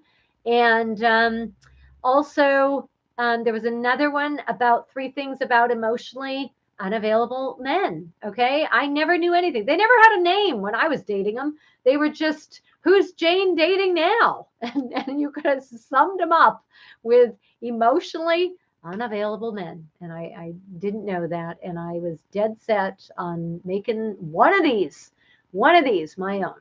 So yeah. All right. Kim, yeah. You know what? If it's challenging for you to go out on your own, if it's physical challenges, if it's emotional challenge, whatever those challenges are, focus on friendships. Focus on friendships, and maybe you can meet some friendships online. Maybe you can, I know people who've met friends and met their partners through finding interests, finding causes they were interested in, finding something that they were like really had a passion for, had an interest in, got involved. The world has opened up so much in terms of what is possible online. And I know it's not the same as real life, but if you are finding that you're doing nothing but just staying home, doing something, even if it's online, is better than staying home alone. I don't want anyone to go through that because it makes it harder to go out, and it makes it harder to break out of you get in a rut. And I mean, I'm the first to admit that I've surprisingly become far more of an introvert in these last 2 years than I ever thought I was. I actually, so I'm both. I'm an introvert and an extrovert with the right kind of people. And I've heard that from a lot of you that, it's the right kind of people. So find the right kind of people who you can go out and be around so that it's more interesting than staying home. Staying home is going to be really hard to meet someone. Finding something you're passionate about, some cause, something you can do, ask people online. I know people have connected on Facebook groups. I know people have connected through Twitter. There's all kinds of other ways to connect. And the key is to find something where you can connect with someone who is into something there's a lot of people who have hearts like yours, but you're more introvert. I answered this question from someone else before. Like, I think introverted people actually have more deeper, better relationships in some ways because they are so much deeper and they are so much more, it isn't a surface. Things have more depth to them. So if there is a common cause that you want to champion, that you're interested in, reach out to someone and say, hey, how can I get involved with this? If there's someone you admire in some leadership role doing something, yes, people get a ton of emails and they get a ton of direct messages and they get a ton of those things. We still see them, or hopefully we still have someone who can, look at them for us. And, if you are offering something, you often won't get a response back if you're not offering something.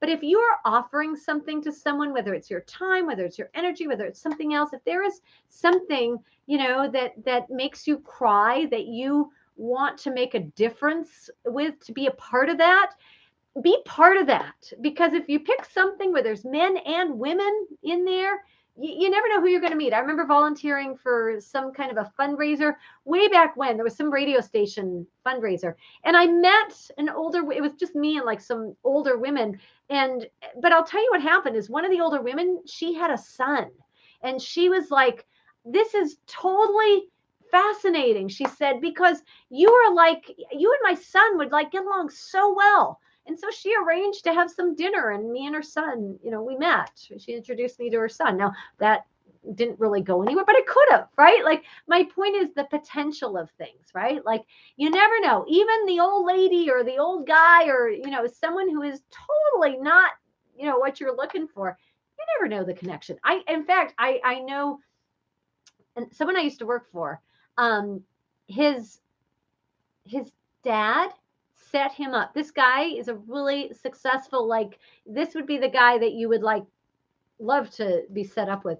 Well, literally, he met his wife because his dad, she there was some connection where she was either like he had met her because he bought something from her, she was like his salesperson or something. But the connection, my point is, the connection was that she met this totally eligible guy who was one of the good ones because his elderly dad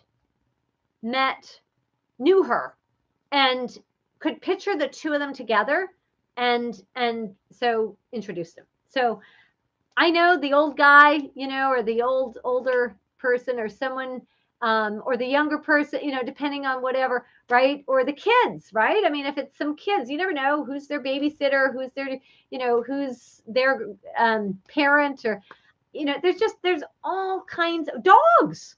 Okay, I have 3 dogs. They are, if you notice me sometimes looking around, they're 3 dogs. Sometimes they come in and they say hi. Sometimes they look like they're going to take down my whole set and take the lighting and the computer out. So if you see the laptop, I had one of them try and get into the little stand here. The laptop is Starsky did that. I have a 15-year-old guy. Hey, Starsky. But anyway, dogs, animals. I have met so many people because of animals. So many people. There is nothing like, and of all walks of life and all ages, and just if someone has an animal and you're an animal person, you guys have something in common right away, and you can connect online over stuff about animals.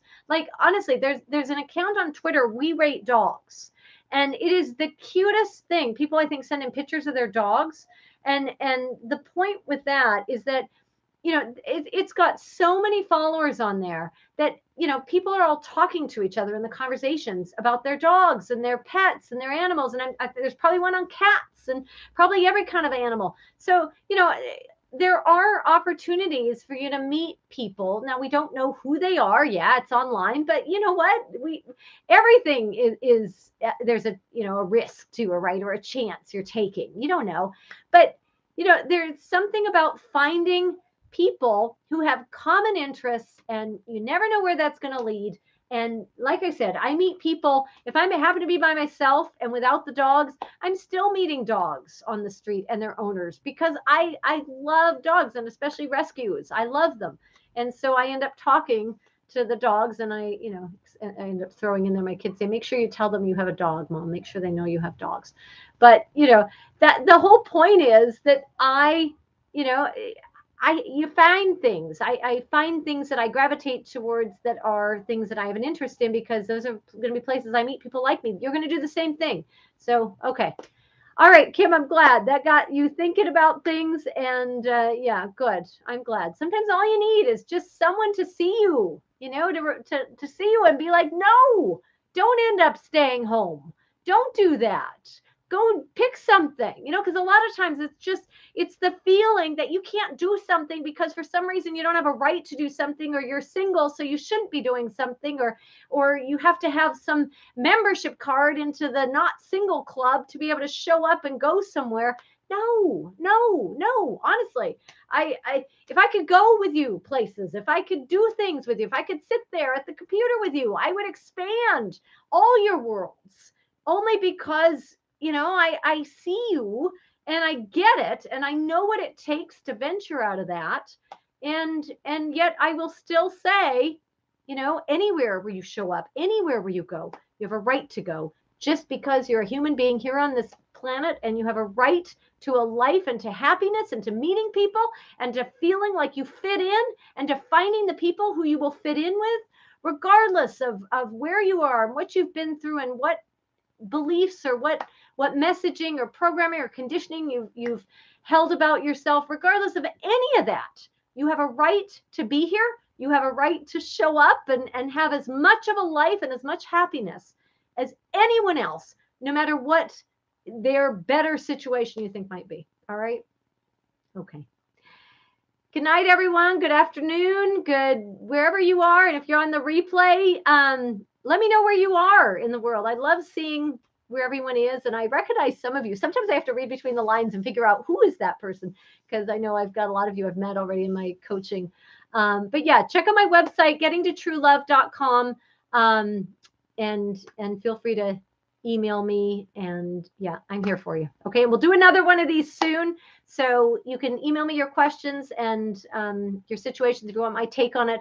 The more detail, the better. I can get you clear with more detail. I can read between the lines too, though. And I'll talk to you soon. All right. I'll see you guys. Take care. Thanks for being here. Okay. Much love to you.